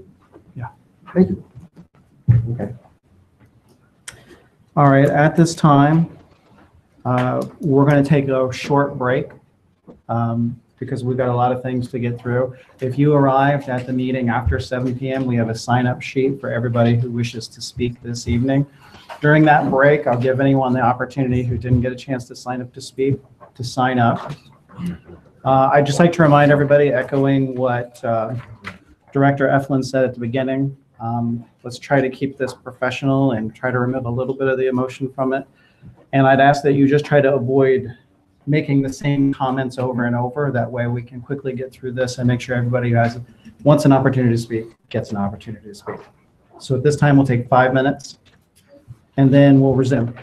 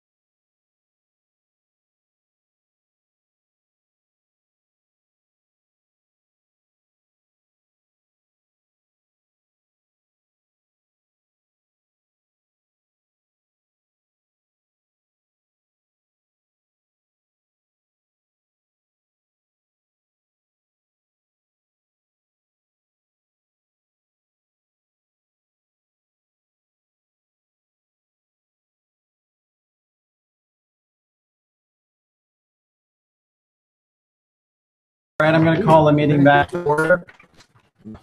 Again, I just want to remind everybody, I'm going to call people up one at a time. If for whatever reason someone is able to address your topic before your turn to speak, please feel like you don't need to come forward again.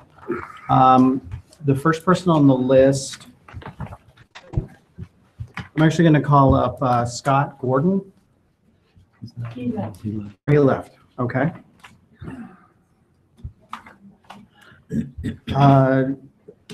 Jim, I think Jim is the applicant. Jim Wilson. Yeah. I can't read the last name, but it looks like Ben Powers. Okay, if you could come to the mic and please state your name and address for the record.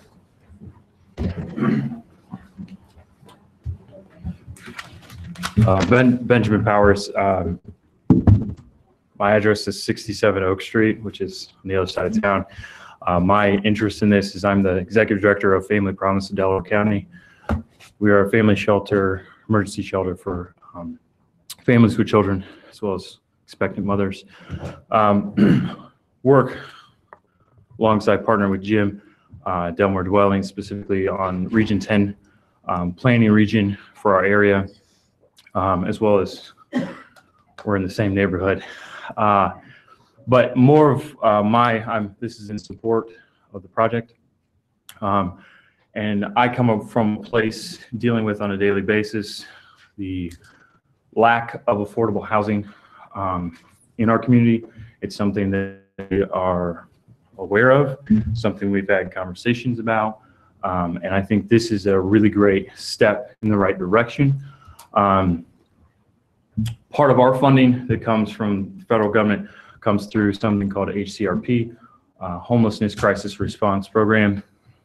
It has funding specifically in a similar way to the folks that Jim Delmore Dwellings serves, something called permanent supportive housing. That is funding in our community. However, that funding specifically is for families. So there is not funding from other streams that come in for single individuals. And so Delmore Dwellings, and in particular this project, will meet a great need in our community and provide affordable housing options for singles. And so in general, my interest is anytime we can help increase the amount of affordable housing, particularly at such a high quality way, and not the traditional high density, cheap housing that I think a lot of times we're concerned about. This is not that, and this is a well thought and a very great program, and I have full confidence from interacting in my position and seeing how the rest of their projects operate. So I'm just here in support of a affordable housing project that would be going forth in our community. Okay, thank you. Apologies, a couple of things I forgot to mention before we started. We do want to limit your time speaking to 3 minutes, just because there's so many folks who want to speak tonight. And what we're going to do is we're going to collect your questions as we go through. So we won't address each one of you individually. We'll collect all your questions, and at the end, we'll bring the applicant back up and then go through that. I apologize, I should have stated that at the beginning. I'd like to call up Sarah Lester.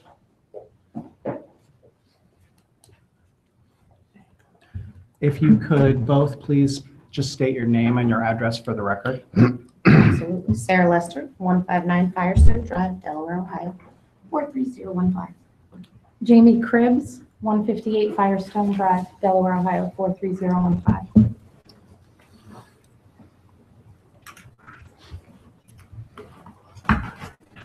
Okay.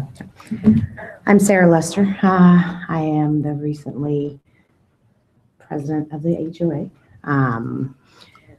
We were just kind of gotten this dropped on us as well. Friday night, I got an email that said, "Did you see the sign?" I said, "No." And that's when it all started. I looked into it Saturday morning when I woke up, We had no idea what any of it meant. So we quickly knew we didn't want an apartment of any kind there. So we quickly put together a petition.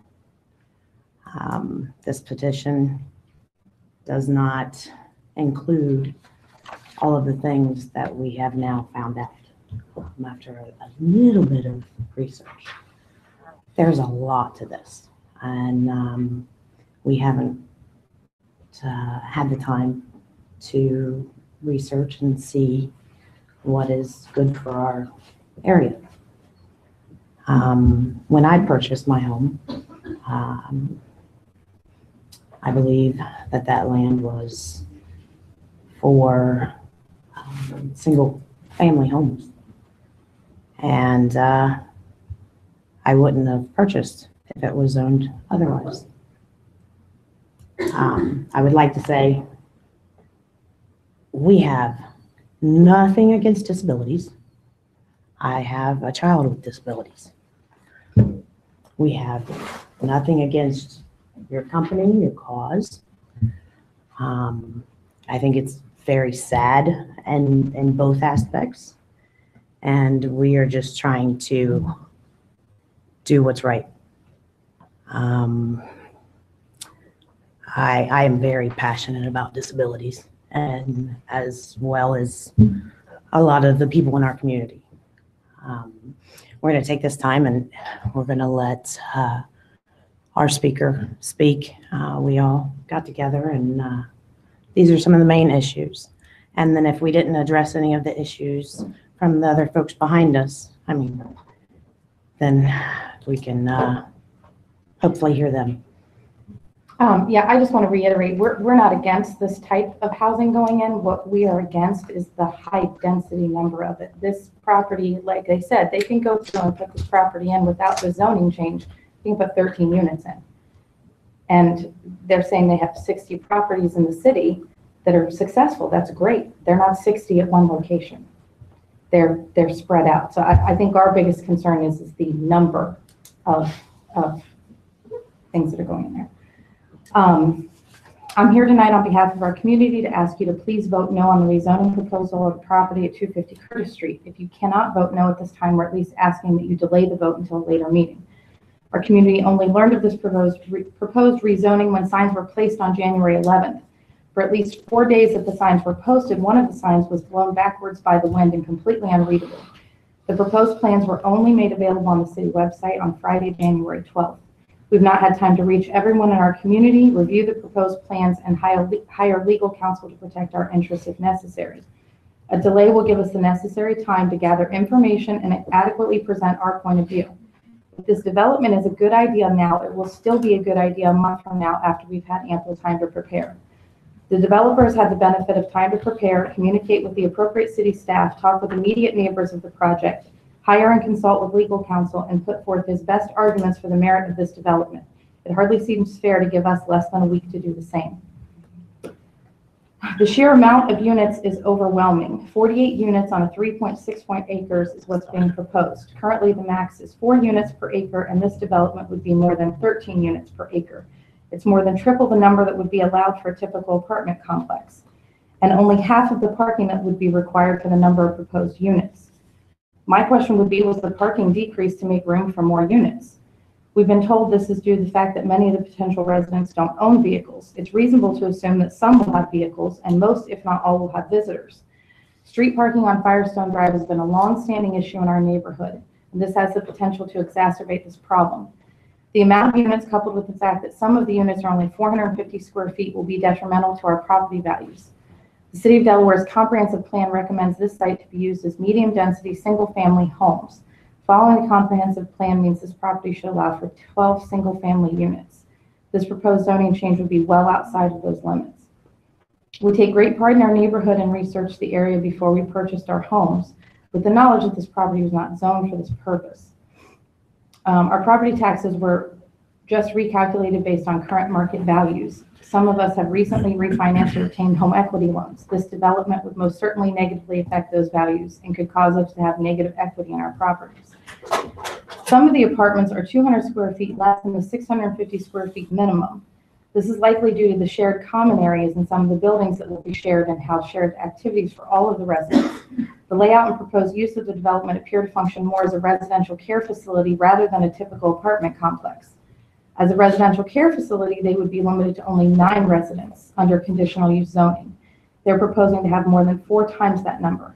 If this is not a residential care facility and just a multifamily unit, then why is 24/7 staff required to monitor some of the residents? While Delmore has other successful housing situations for their clients, they don't have any that are this large. Their own documentation lists a unit they have in Morrow County as the sweet spot number for the amount of residents, and it has 15. This is significantly larger with the same amount of staff. We have concerns about whether it's in the best interest of the community or the residents to have such a large number residing together with so little oversight.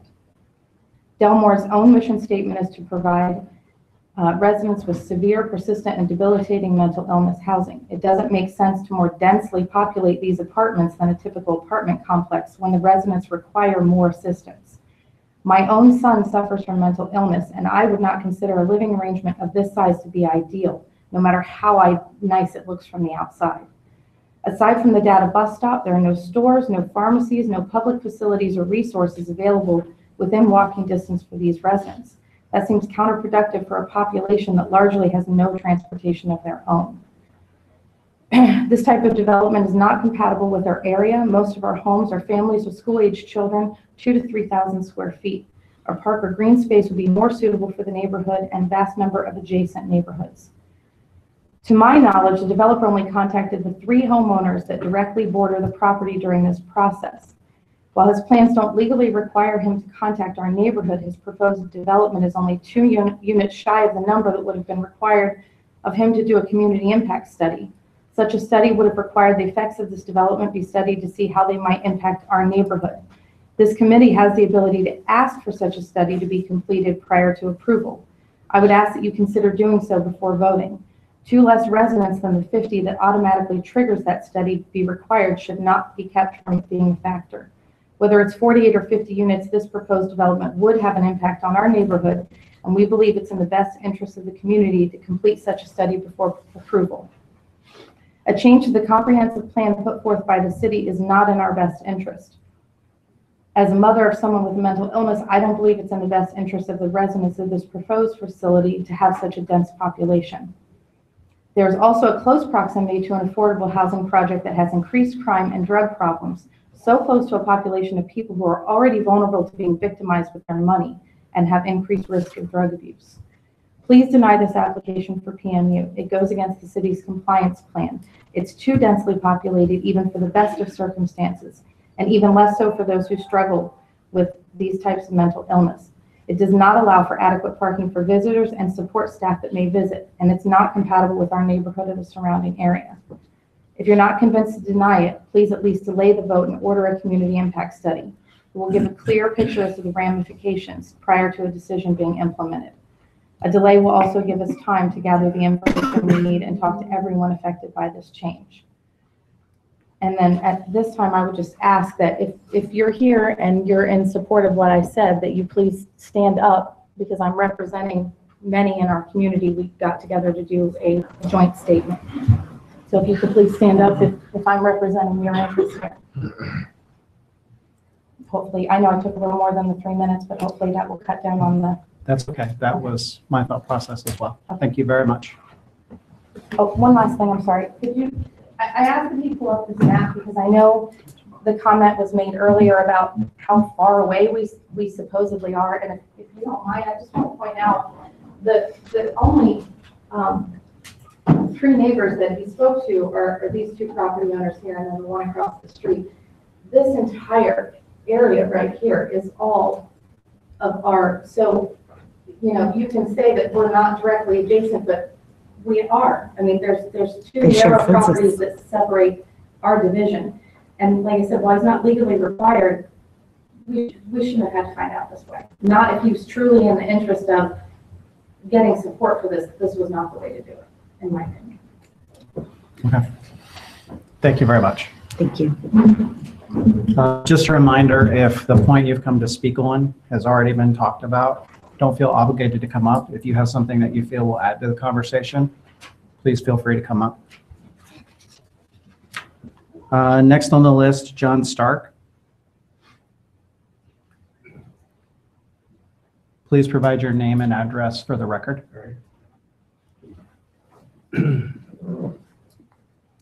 It's John Stark, and address is 114 Carolyn Lane here in Delaware, Ohio. And I'm actually located probably about 1.5 blocks directly west on the corner of Carolyn and Firestone. And we had so little notice that honestly, we just found out about it a couple days ago. I didn't realize we had a speaker that was necessarily coming, so I'll try and cut my comments down a little bit. But I had 2 or 3, I think, things that might be pertinent to the thought process here. One of them is, like I said, I'm about 1.5 blocks away, and I guess this is sort of repetitious, but we weren't contacted. We had no idea this was a possibility. And one of the challenges, I think, was the timing, so this apparently hit the city a little bit before, at least formally, a little bit before Christmas, December 15th or in that range. And then there was the holidays, and now we're all coming off the holidays. So, there certainly wasn't a lot of opportunity for us to really learn about it. I guess that would be one of the first things to think about. One of the other issues to kind of think about, my wife works in special ed. She has for a number of years. I do also have a child with a disability, and I have people in my extended family with mental illness. And so I'm sympathetic to the idea of, trying to find appropriate, safe housing and so on for that. But I would go ahead and say a couple of things that are, I think, something to think about. So one challenge is that depending on the level of supervision that you might have, some of the people in my extended family have done a couple of things, like where they've self-medicated or they've actually skipped medications. And so this is not by any means the majority of folks that have, this kind of a condition. But if something were to go wrong and somebody was off medications, or they were doing something that in this case would probably aggravate, a potential issue, you've got to remember the housing density is really pretty strong around here. So I would estimate within about 4 to 5 block area that you're probably dealing with maybe 400 to 500 kids. So you've got housing kind of to the north, you've got some to the west. So that's like kids that are there, their residence is within that range. And then Schultz is about 4 to 5 blocks away as well, Schultz Elementary. So I'd ask you to consider that. And then the final thought that I have is that I had heard when we finally did find out about this a couple days ago that parking wouldn't be a huge issue. There wouldn't be a lot of spots, taken and that sort of thing, and the traffic wouldn't be an issue. Well, as I'm looking at it tonight, I have 2 thoughts. So one thought is that either there's not going to be a lot of, if the residents have a lot of vehicles, then if there's vehicles there, it seems like there's a lot of slots, even with the less than normal density of parking spots. And to me, that indicates, that you could potentially have a serious traffic issue. This street is a fairly busy street. I don't have the figures, but from working out in my yard, like I say, most of the time there's a car going by probably every 30 seconds to a minute. That intersection at Firestone and Curtis is actually a pretty tough intersection. So I have personal experience with a couple of kids in my house that managed to find another car in that particular location, and it's very icy there on winter days. So adding that amount of density, potential traffic coming out of there, I think is an issue, for the traffic issue as well. So those were just like 3 quick thoughts I had. Thank you.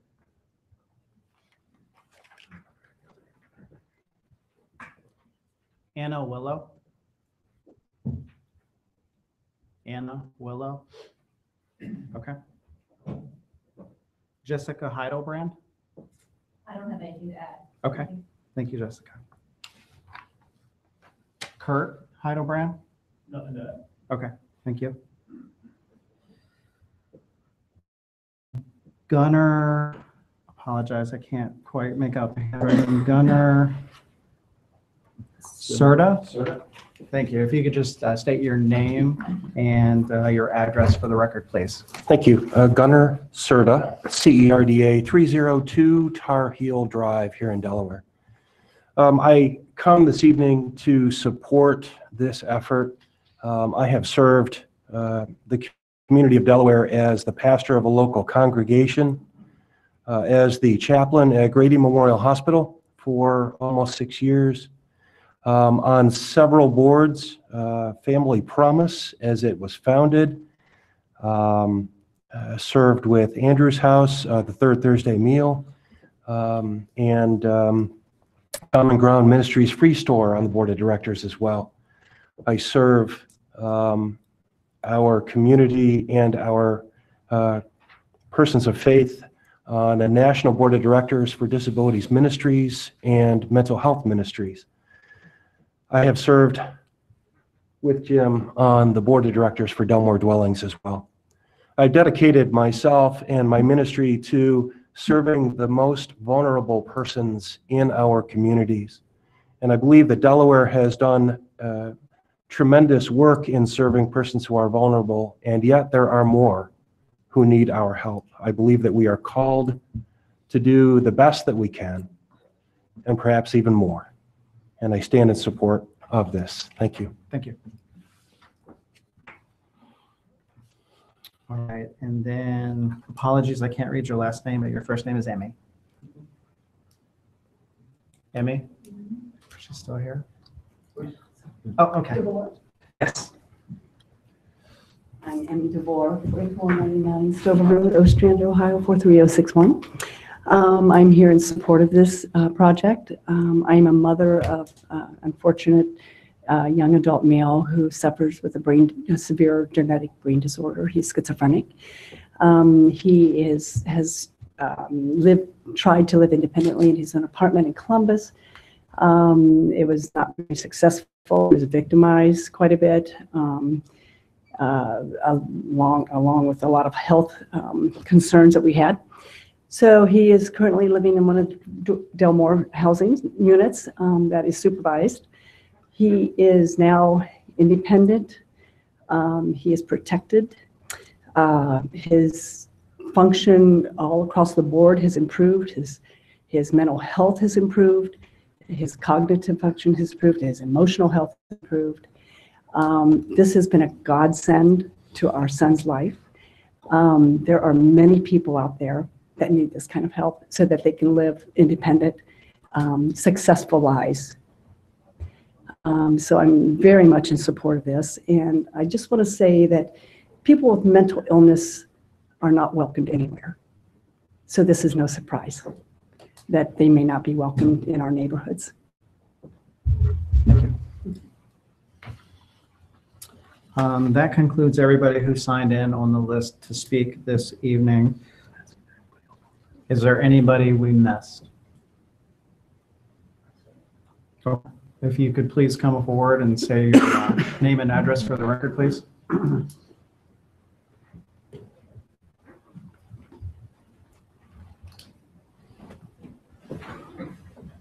My name is Don Chenoweth. I live at 13262 Hartford Road in Sunbury.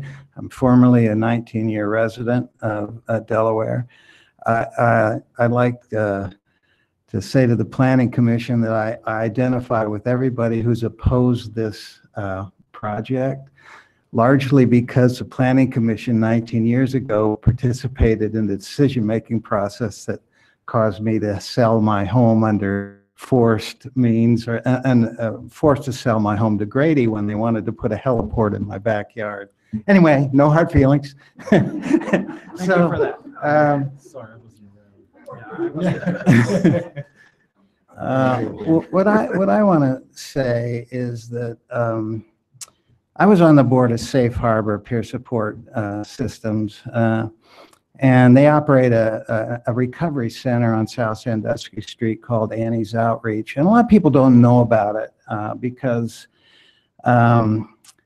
it just doesn't have a very high profile. It doesn't have a lot of donors. It can't afford a website. Most of the board are mental health consumers themselves. 8 out of 10 on the board have a diagnosis of a mental illness. The majority of the employees are mentally ill.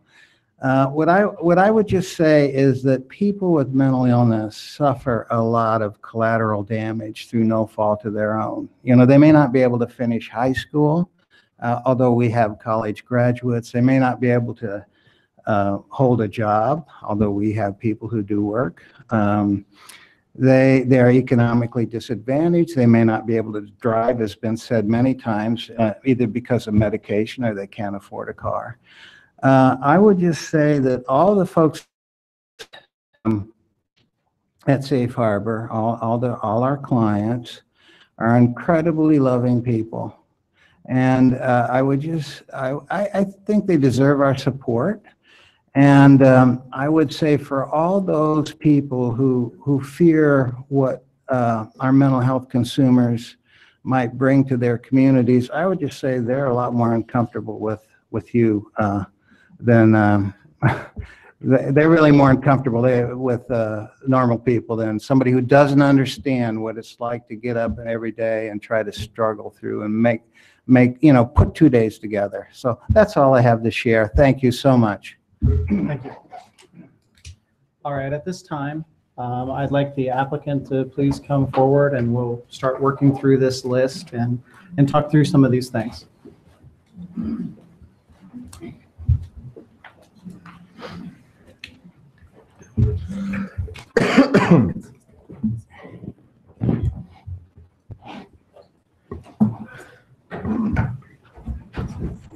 Right. So I think one of the things that would be good to start out with, Dave, is maybe just briefly talk through the notification process with the application process for cases that come before this body. So there's three ways the notification happens by code. One is an advertisement required in the Delaware Gazette that was posted in the paper as required. One is notice to property owners within 150 feet of the subject property. And obviously you have a couple of wide properties to your west, so that may be why some people in Curtis Farms didn't get notified. And then the third way, when zone changes only are involved, but for the zone change, you wouldn't have had any signs out there to, obviously you're here tonight, so you heard it, so that's a good thing. But when zone changes are involved, a sign has to go out. It was horrible this weekend and blew the signs around. Just a full disclosure, as soon as I understood that would have happened, I'm not driving by every day, but somebody told me, I can't even remember, I let Jim know, and he was out there in 15 minutes, turned signs back around. So I just, for what it's worth, so that people could see them and be here this evening and avail yourself of the process. That is true. The notification to 150-foot radius is true for a conditional use permit, as is a notification to the paper, but there's no sign posted on the property for just a straight conditional use permit. That's for the rezoning component in this case. How long is the rezoning sign? How much in advance does that need to go before meeting? It's notification is approximately 10 days in advance of the hearing. Okay. And it went up on the 11th, is that correct? I don't have the date that we confirmed in front of me, but I think that might be correct. What we confirmed is that it went up in the requisite time period. Now, maybe it blew over, maybe it did something else. I don't know during that time. Okay. I just can only listen to what they said. Yeah, no. Today's the 17th. It was up on last Thursday, was the first day. And obviously, the goal is to get notification out and get people who want to make comment about it. So y'all are here, and that's good. And I doubt any action is going to be taken tonight, so we'll have more time to prepare more comments as well. Okay. And then another thing that maybe we can just briefly address from a traffic impact standpoint, what's the ramification of this particular development? Yeah, I can speak to that if I may. There's anticipation going way back with the development of Curtis Farms that eventually a left turn lane would be put in at the intersection of Firestone and Curtis, and I think that was mentioned by one of you all. So northbound on Curtis, left turn lane on the Firestone. And that is part of this applicant's case, would make a contribution towards that turn lane. Previously, a contribution was made by a previous phase of Curtis Farms as well. And in the future, when city engineering staff deems that, when the entire area has been developed and that turn lane is necessary, the city would install that turn lane, maybe perhaps in conjunction with the future development. And so as it relates to this particular project, a traffic impact study was not required because the traffic volumes are well under the threshold where we would require a traffic impact study. So that, I think, summarizes the process we undergo to evaluate traffic. There's also a comment about, might go into your question, about parking on Firestone itself. I believe somebody mentioned, we can look into that. I can't even tell you off the top of my head if that's even supposed to be allowed there. But if that's a concern, that's something we can look into as well. Commissioner, related to that, I should have mentioned in my remarks to build on Jonathan's answer, there would be a $40,000 contribution, which is their proportionate share towards the future improvements at that Firestone Curtis turn lane, future intersections. Just to put the dollar figure, there's 40,000. That's captured in the staff report and conditions and the zoning text. And that sort of thing. And just to provide clarity, that improvement requirement kicks in with phase 2, or is that part of phase 1? The requirement for the monetary contribution would be with phase 1. With phase 1. As it's conceived right now. The improvement, as Jonathan was saying, is when it's warranted by engineering standards, and there are funds available to complete the project. Obviously, having a previous contribution and this contribution gets us closer to having funds available. Okay. And then for the applicant, maybe we can talk a little bit more about the density and how you arrived at the density that we're at today. We have as I referenced before, a large unmet need for supportive housing for folks in our community. Our waiting list, whenever we do a new project or some new resources are brought to bear, it seems as though our waiting list is driven down, but it is not a long period of time before it seems to get back up into this 60-70% range. There's a study out there that shows that there's an incidence of severe mental illness as a percentage of communities, and we don't believe that with the growth that is occurring in our community, we believe that there will be a commensurate increase in as the population grows, a commensurate increase in folks who need this type of housing support. So we sought to do this initial phase. We don't believe through this tax credit funding that we have in place, there are several considerations with that have us identifying the initial 32 units that relate to that funding mechanism.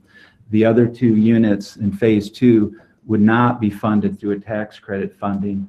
We are really, at this point, taking sort of a wait and see approach with this. We wouldn't expect that we would develop the other 2 units in this property for 3 to 5 years. We would wait to see what the demand for this housing is and the unmet needs out there.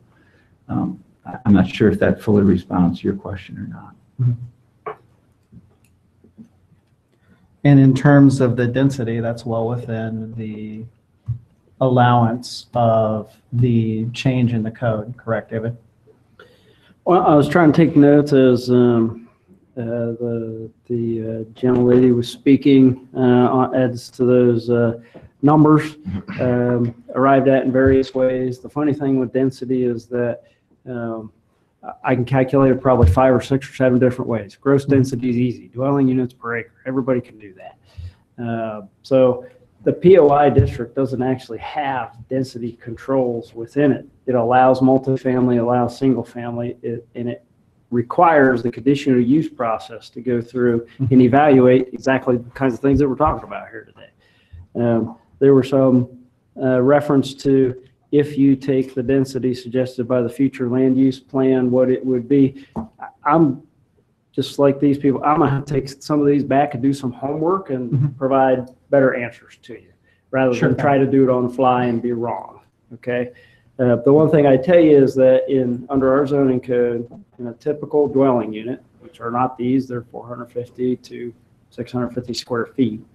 It's a governor of how many people you can get in there. They're only looking for one person in a unit, but our code requires that no more than 5 unrelated people by birth, marriage, blood, or adoption can live in a house. Now that your family could be 10 people in your home, anywhere in the city. So in terms of people per acre and how many people are in a unit, that's another way to calculate density as well. So those are things I'm gonna have to do some homework on and provide the answers that I can. Okay. And let you consider.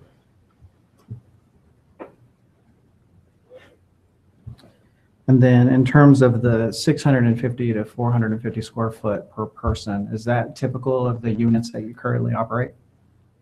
It is. We've developed a number of projects that were funded through a financing mechanism through the Department of Housing and Urban Development over the years. It doesn't exist anymore, but some of the units probably that are most easily identifiable in your mind map would be back in 1994, we did a project that was 10 units. 6 of those units were located in the village of Cardington in Morrow County.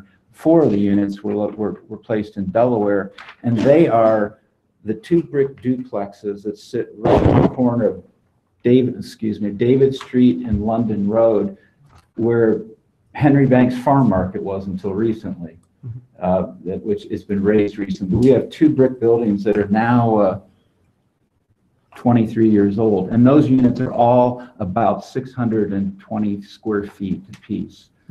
These what we're proposing are slightly larger square footages in the outline buildings, the 8-unit buildings.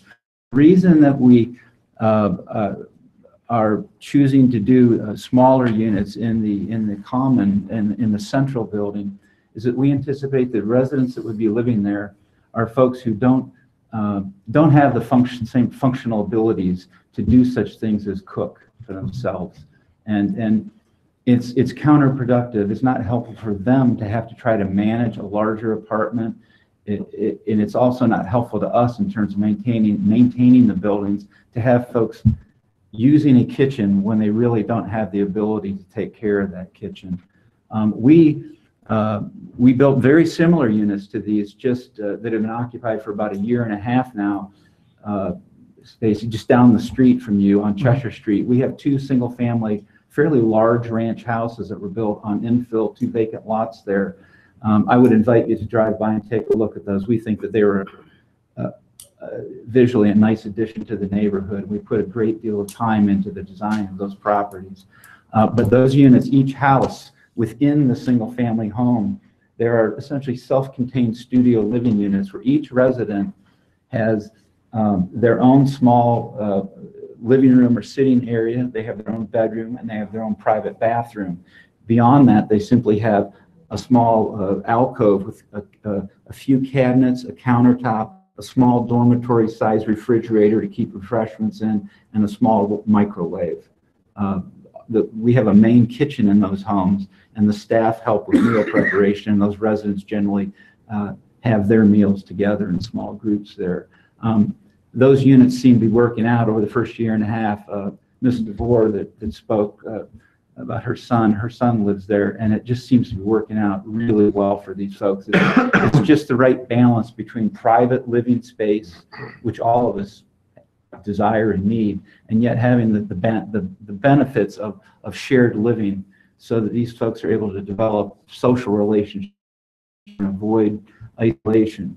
And it just seems to be a good balance between independence and shared living. That's why we have 450 square foot units.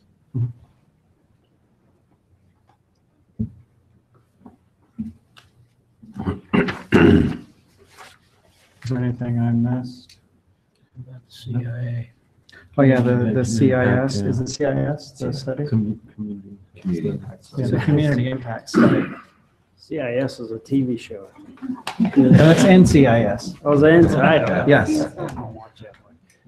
CIA Community Impact Assessment would be required at 50 dwelling units or above. You can require it as a planning commission or council. Generally, in our experience, and you guys have remarked on this, the CIA, well, on paper, it looks like it's going to explain a lot of these kinds of things. In practice, as they come in, they don't provide that much useful, actionable information. But the specifics of impacts on schools and that sort of thing could certainly be, you could ask that. I think it's a fair thing to ask of the applicant in this case, if you see fit. But it didn't meet the threshold of 50. I don't think 48 units was magically picked to keep from doing that. It's not a tremendously expensive or time-consuming activity, just to let you know. That consideration wasn't even on our radar screen. I was oblivious to that trigger of 50. It wasn't why we picked 48. And it may be that if you and council ultimately sees fit to reduce the number of dwelling units here, you're even farther away from that 40. But I'm not sure that makes any difference to the code that says at 50 you got to do it, and below 50 you don't have to do it. But you still could make them do it if you want. From as somebody that prepares these documents, in this particular instance, the staff report again was so thorough that it pointed out most of the information that you would get from community impact assessment. What happens around the property. Dave talked about all the different zoning classifications. He talked about the types of housing and the types of uses around the area. And while they've added more things to that request, in this particular instance, with regard to the schools, I think at least the testimony here this evening is that these are single individuals, no children, and impact. And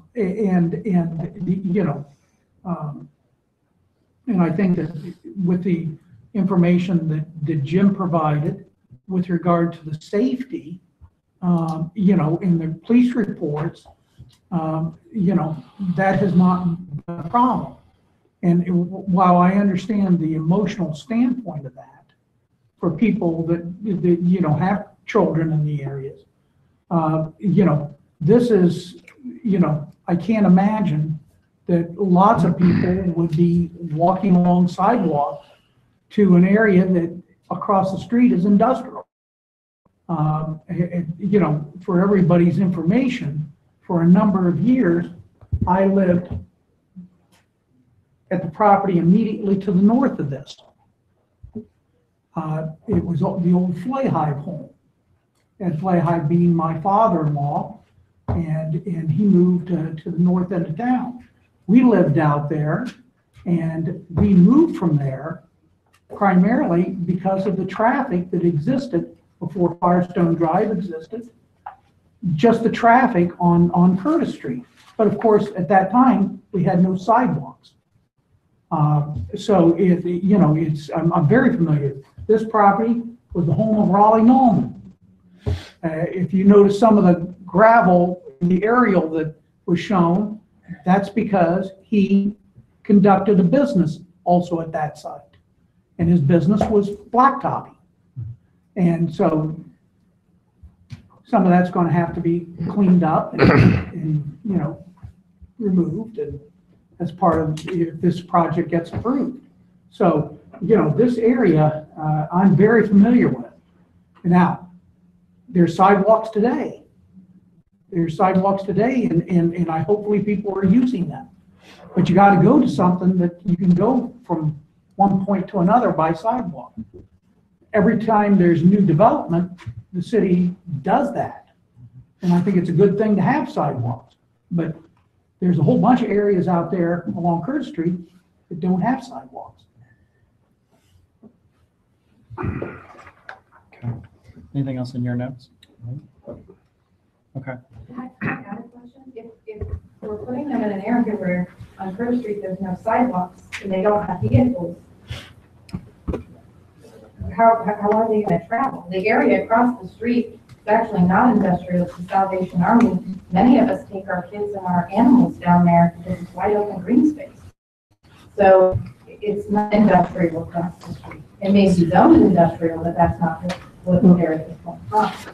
Aside from the issues, in not trying to cause a problem for anybody, but that is privately owned property and is not a public park, and you don't have a right to be on that property, even to walk your dogs. But the data bus services are available in this community to help people that cannot afford transportation to get from the sites that they need to do, whether it's doctor offices, whether it's grocery stores, whether it's hospitals, whether it's any number of things that they would need to get to. But we also have the residents that are served throughout the various agencies that provide services to folks in the mental health system here that are consumers. We would anticipate there would be case managers that would be coming to have their contact with these folks. The case managers oftentimes help them to get out to appointments or get to a grocery store. There's the data bus over on Cheshire Street, our recent development. There was a stop that was several blocks down on, I think it was the corner of Ream and Cheshire, and when data became aware that we had folks on the corner of Vine and Cheshire, where our property is, they actually put a bus stop in there, so our folks can actually come right out of the house, down their sidewalk, and hop on the data bus, and go that way. So just a point of clarification on sidewalks. There are sidewalks today on Firestone Drive. In fact, they're signed as a portion of them as a bike path. And there are sidewalks. City did a project several years ago now. I don't remember exactly when, but it's been since I've been here, to put in sidewalks along Curtis Street as well. So bounding this property in question, there are sidewalks.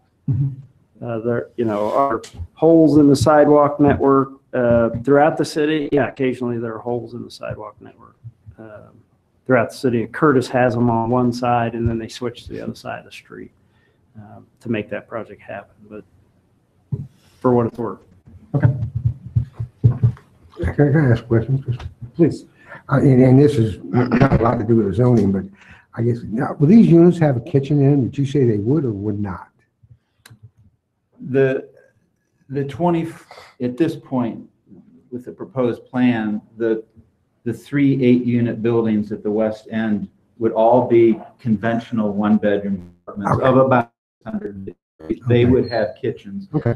The units, the 8 smaller studio living units at each end and wings of the central building would not have full kitchen. They wouldn't have kitchens in them. They would not, but will there be a kitchen There available? will be a kitchen in the common area of that building. I didn't know. Along with a small-scale dining area to serve those 8 residents.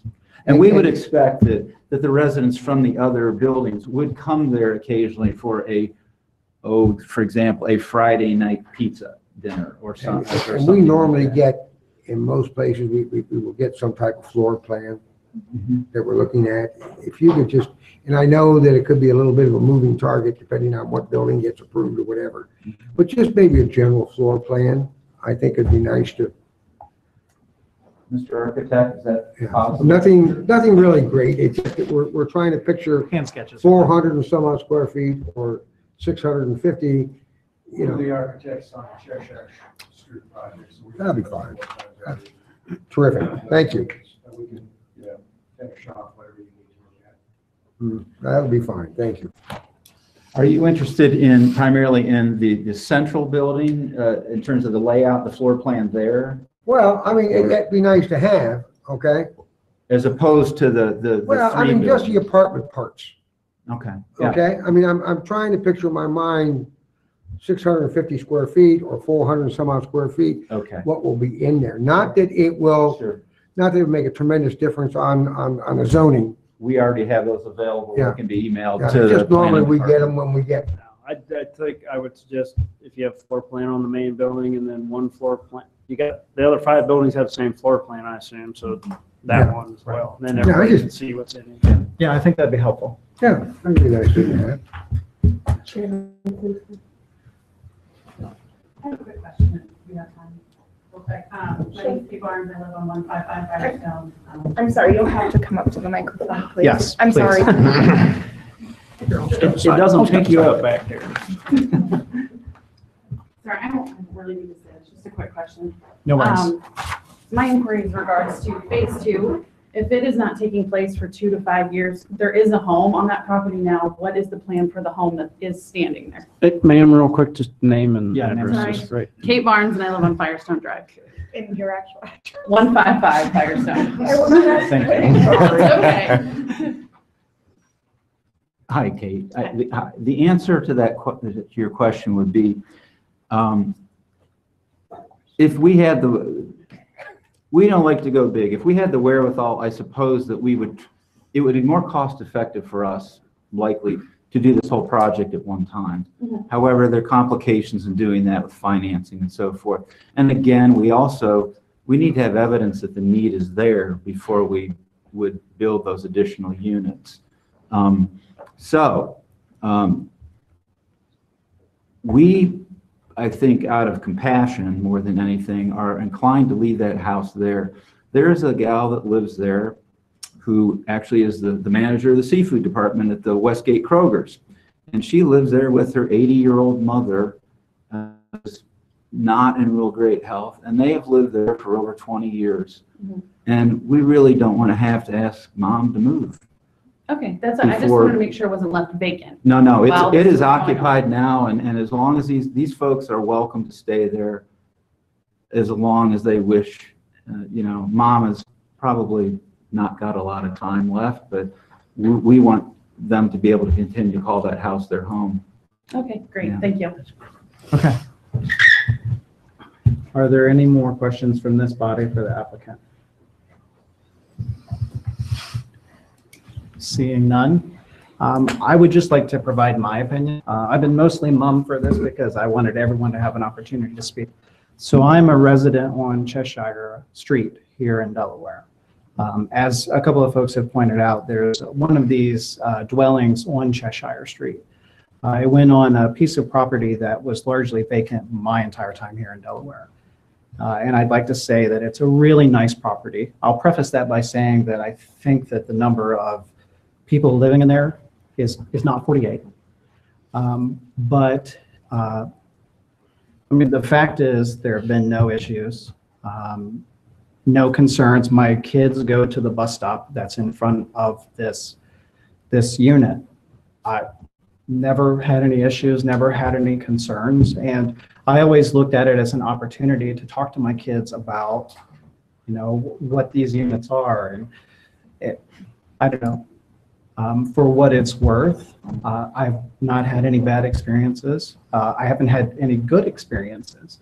I've had no experiences because they just blend in with the rest of my neighborhood, just like my neighbors do. And that's really all I have to add to this. So with that said, I'd like to bring this back to the commission and ask what the wish of the commission is. What I would like to see happen, okay, is if possible, we can have a meeting, not to vote on anything, and open to the public, as it's supposed to be, okay? And we can get from Dave and staff some of the questions that we have, okay? And at least get them answered before we have the next zoning meeting or next planning commission meeting. I think there's a lot of questions we'd like to know. It'll give Dave a chance to get those from us. Be glad to have Jim because we may have some additional questions for him at that time so that we can make a decision one way or the other when the time comes for the next meeting, because now we have the information we need. Once again, it's open to the public, so it's not like, we're going to close the door and throw a lock on it. But basically, it'll be, I would like to see it not so much public input, as it is us gathering information. I know the next meeting's the 7th, I think, did somebody say? Yeah, I haven't looked at my 7th of calendar. So, you know, I hate to see us give up another night, but if possible, or afternoon or whatever, I think it'd be my thought is we could get a lot accomplished and make this meeting for the 7th at least go a lot smoother for us. That's just my suggestion. And then when the 7th come, maybe we'll be ready to vote. And maybe you people had a chance to get the information you need. Okay? I mean, that's the best we can do, because remember, as I explained before, we're looking at this strictly as a zoning, because that's all we can do. I mean, there's nothing else we can look at, you know, and that's true with everything that comes in front of us. We are truly limited to what we're allowed to look at and decide our vote on. And that would be my suggestion. So now I throw it open to you people, and you can tell me to be quiet, sit down, and I'm already sitting down. You're already sitting down. I think the evening of the 29th, Monday, is not a council Monday, so that at least this room with YouTube and all the rest of it and chairs would be open. I don't know how. You have your calendar. We can certainly follow back up. That's Jim's opinion. I guess you need to discuss that amongst yourself, but the time between this meeting and the 7th is pretty short. Yeah. So we'd have to get the next agenda, staff reports. We do have big cases coming before you on the 7th as well. Things in Delaware are busy, as you know. But this is an important case. At your pleasure, we'll make ourselves available to staff. Yeah, 29th is a Monday. Okay. And the questions you can't answer, Dave can always get back to us in an email. Right. Type thing. So, I mean, I think we can do it one, if we all have the questions we want, or if we don't have any questions, then I guess we don't have to meet at all. That's up to you guys. I don't want to. But I can do the 29th. I'll make it happen. January 29th, correct? Yes. I Well, will be available on the 29th. I have a vacation planned and I'll be out of the country, so just not a lot I can do about that. I'm sorry. Well, where are you going? Maybe we'll hold the meeting there. St. Thomas. Oh, I vote to go at least. You get that budget approved. So we can put out a note, and if people have signed up and hopefully the yeses are clear, we could at least work through you as the HOA president to, before you leave, let me make sure I got all your information. And anybody else that wants to just double check this so we can make sure you're informed of when the next meeting might be. It's the 29th, good for everybody? It's fine with me. Works. Okay, so I guess what we need to do we need to table this to the 7th? You can just table it to a time and date unspecified, which would be, right now what we're talking about is the 29th to be formalized. No, but the next actual, the cases. The case would not come up on the 29th. Correct. You're suggesting what we would call a work session. A work session. Right. Okay. So yes, I would table it until the 7th. To the 7th? Yep, of February at this point, which is your next regular meeting date. If you get to that date and you need to table it again to another date, then you can take that. All right. So I'm going to make a motion that we table this until February 7th. Motion by Mr. Halter. Second. Just a point of clarification, is that to table each one of the 4 cases, 3115, 3116, 3117, and 3118 till February 7th? Yes, 2017, 3115, 3116, 3117, and 3118. We will table to the 7th of February. Second. Motion by Mr. Halter, second by Mr. Badger. Mr. Badger? Yes. Mr. Halter? Yes. Mr. Volnick? Yes. Mayor Riggle? Yes. Vice Chairman Mansoura? Yes. Chairman Simpson. Yes. Motion is tabled. Thank you Or very much. cases are Thank you. tabled for right now. Thank you. And we will be meeting here on Monday night, the 27th at 7 o'clock, is that? 29. 29. 29? 29. Close enough. Let me just confirm that and I'll get something out to the group. But Yeah. just want to make sure. In the meantime, any of the questions we can get back to Dave Yes. would probably Yeah. be a big help for him to move the meeting I along. get some of those answers back. Oh, that's right. So we'll leave those. You know, this is the first time I've ever seen, which I knew they could do. You get you could be on any board. But I've never seen it and sit on the board.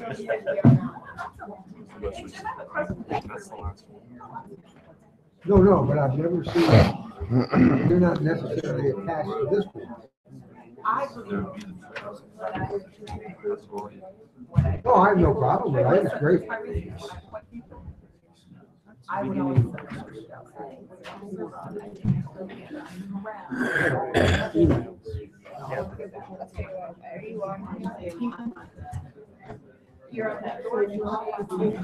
Oh, okay, so that's one, okay. I believe it. Everybody should move around. Yes, you sure can. You have a better, what's going on?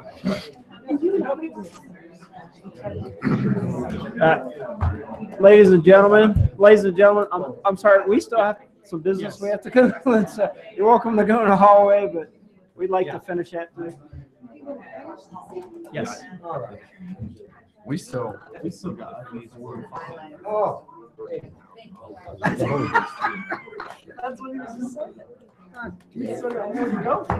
We got more to go. We don't care about the planning director's report. You sure don't want to hear my comments. Oh, yes, we do. No, Absolutely. they are key. I have done. Tomorrow you get to do what? A zoning. Rest of you lucky people can go home. Well, hopefully tonight has prepared you. All right, I'd like to Elections. continue. I'd like to go ahead and continue our meeting. So if we can go ahead, if there's conversations that need to be had, if we can just take them out in the corridor, please. They're not listening to you. Might need the gavel on there. Hit the gavel. Come on. Hit it.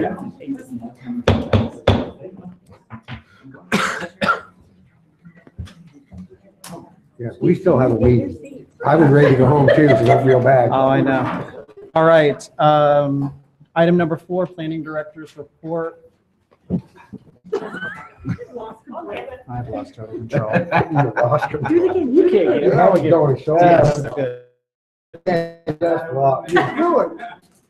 She gets a pass. Anyway. Mr. Chairman, the only thing I have this evening due to the lateness of the hour is to, I should have done this at the beginning of the meeting, is introduce your new commissioner, who really needs no introduction. Mayor Carolyn Riggle, council reorganized here in the last month, and Mr. Hellinger was moved to other boards and commissions, and Ms. Riggle will be joining us as a member of the Planning Commission. Nothing to do with it. So we welcome you. Thank you. Welcome aboard. Thank you. Great to have you. And I'm happy to answer any questions you have. I don't have any questions. Commission member comments and discussion. Let's just go around the horn. The comprehensive plan, the overall one that's going to be redone, what's the right word? I'm tired. That's on schedule, right? And we have some headway on that? It is. I'm meeting with the consultant team this Friday. If I can get a moment to prepare for something else, and especially that big project. And we're going to start the conversation, maybe conclude the conversation about the final scoping. And from that point, we'll start to develop schedules, as we know, meeting dates and, when we need you involved and that sort of thing. We'll get those communications out to you. Thank you. So yes, it's moving forward. So you've selected a consultant? Yeah, I think I reported that last time. Maybe you weren't here, George. We selected a consultant led by the team of Planning Next here out of Columbus. They're a national consultant, have won many national awards, done a lot of great plans, whether they've won awards or not for them. It's really a multi-consultant team. The other principal would be McBride Dale Clarion out of Cincinnati, also a national consultant that does planning, zoning, comprehensive plans. And then there are two sub-consultants right now proposed with them as well. Randall Gross, who does some projections and market-related studies, who actually help prepare the numbers for our current comp plan. So he has a lot of the history in the background there.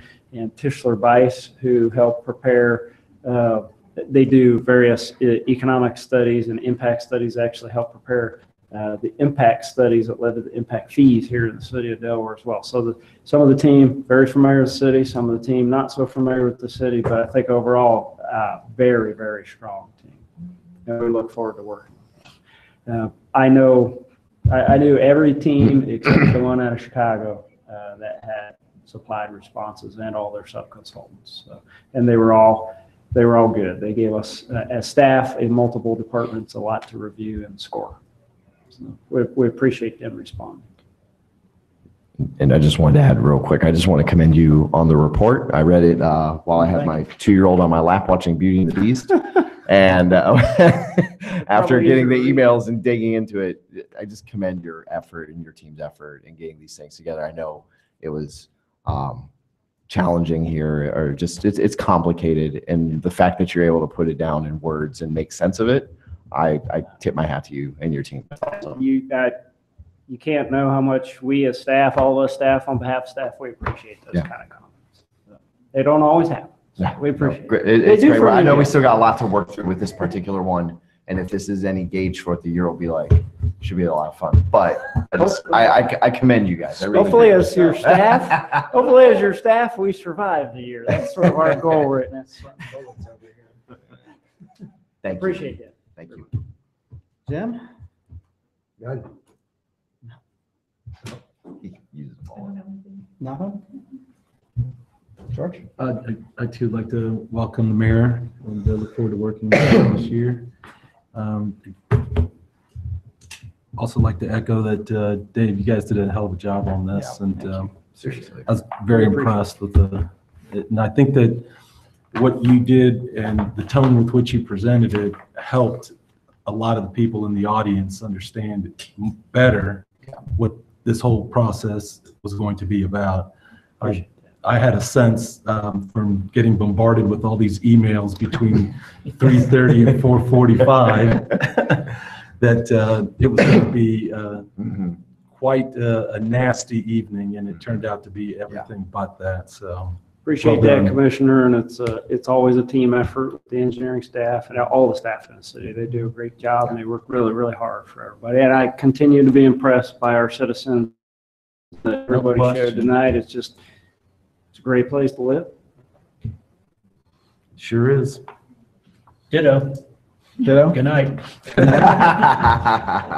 I'll take it. All I have to say is welcome on board. We're so happy to have you. And again, echo everyone else and commend the staff, and great job, guys. Yeah. Great job. And as always, Elaine, excellent Yeah. job tonight as well. It was, I got to be honest with you, it was a little loosey-goosey around here, but when you read the audience, you kind of have to go with the flow. I know maybe Jen doesn't agree with that so much. I hear him over there grumbling sometimes, but the best way to pacify a passionate group is to listen to it. And I think that as a body, we did an excellent job tonight. And I think that you should all reach around and pat yourself on the back. I always get a kick out when they talk about the traffic. People aren't going to drive.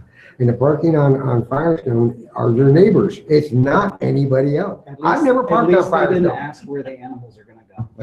Yes, there you go. You're right. Yeah, where's Bambi going to go? That's better not be my backyard, I'll tell you that much. That's all I have for this evening. I think that's plenty at the late hour.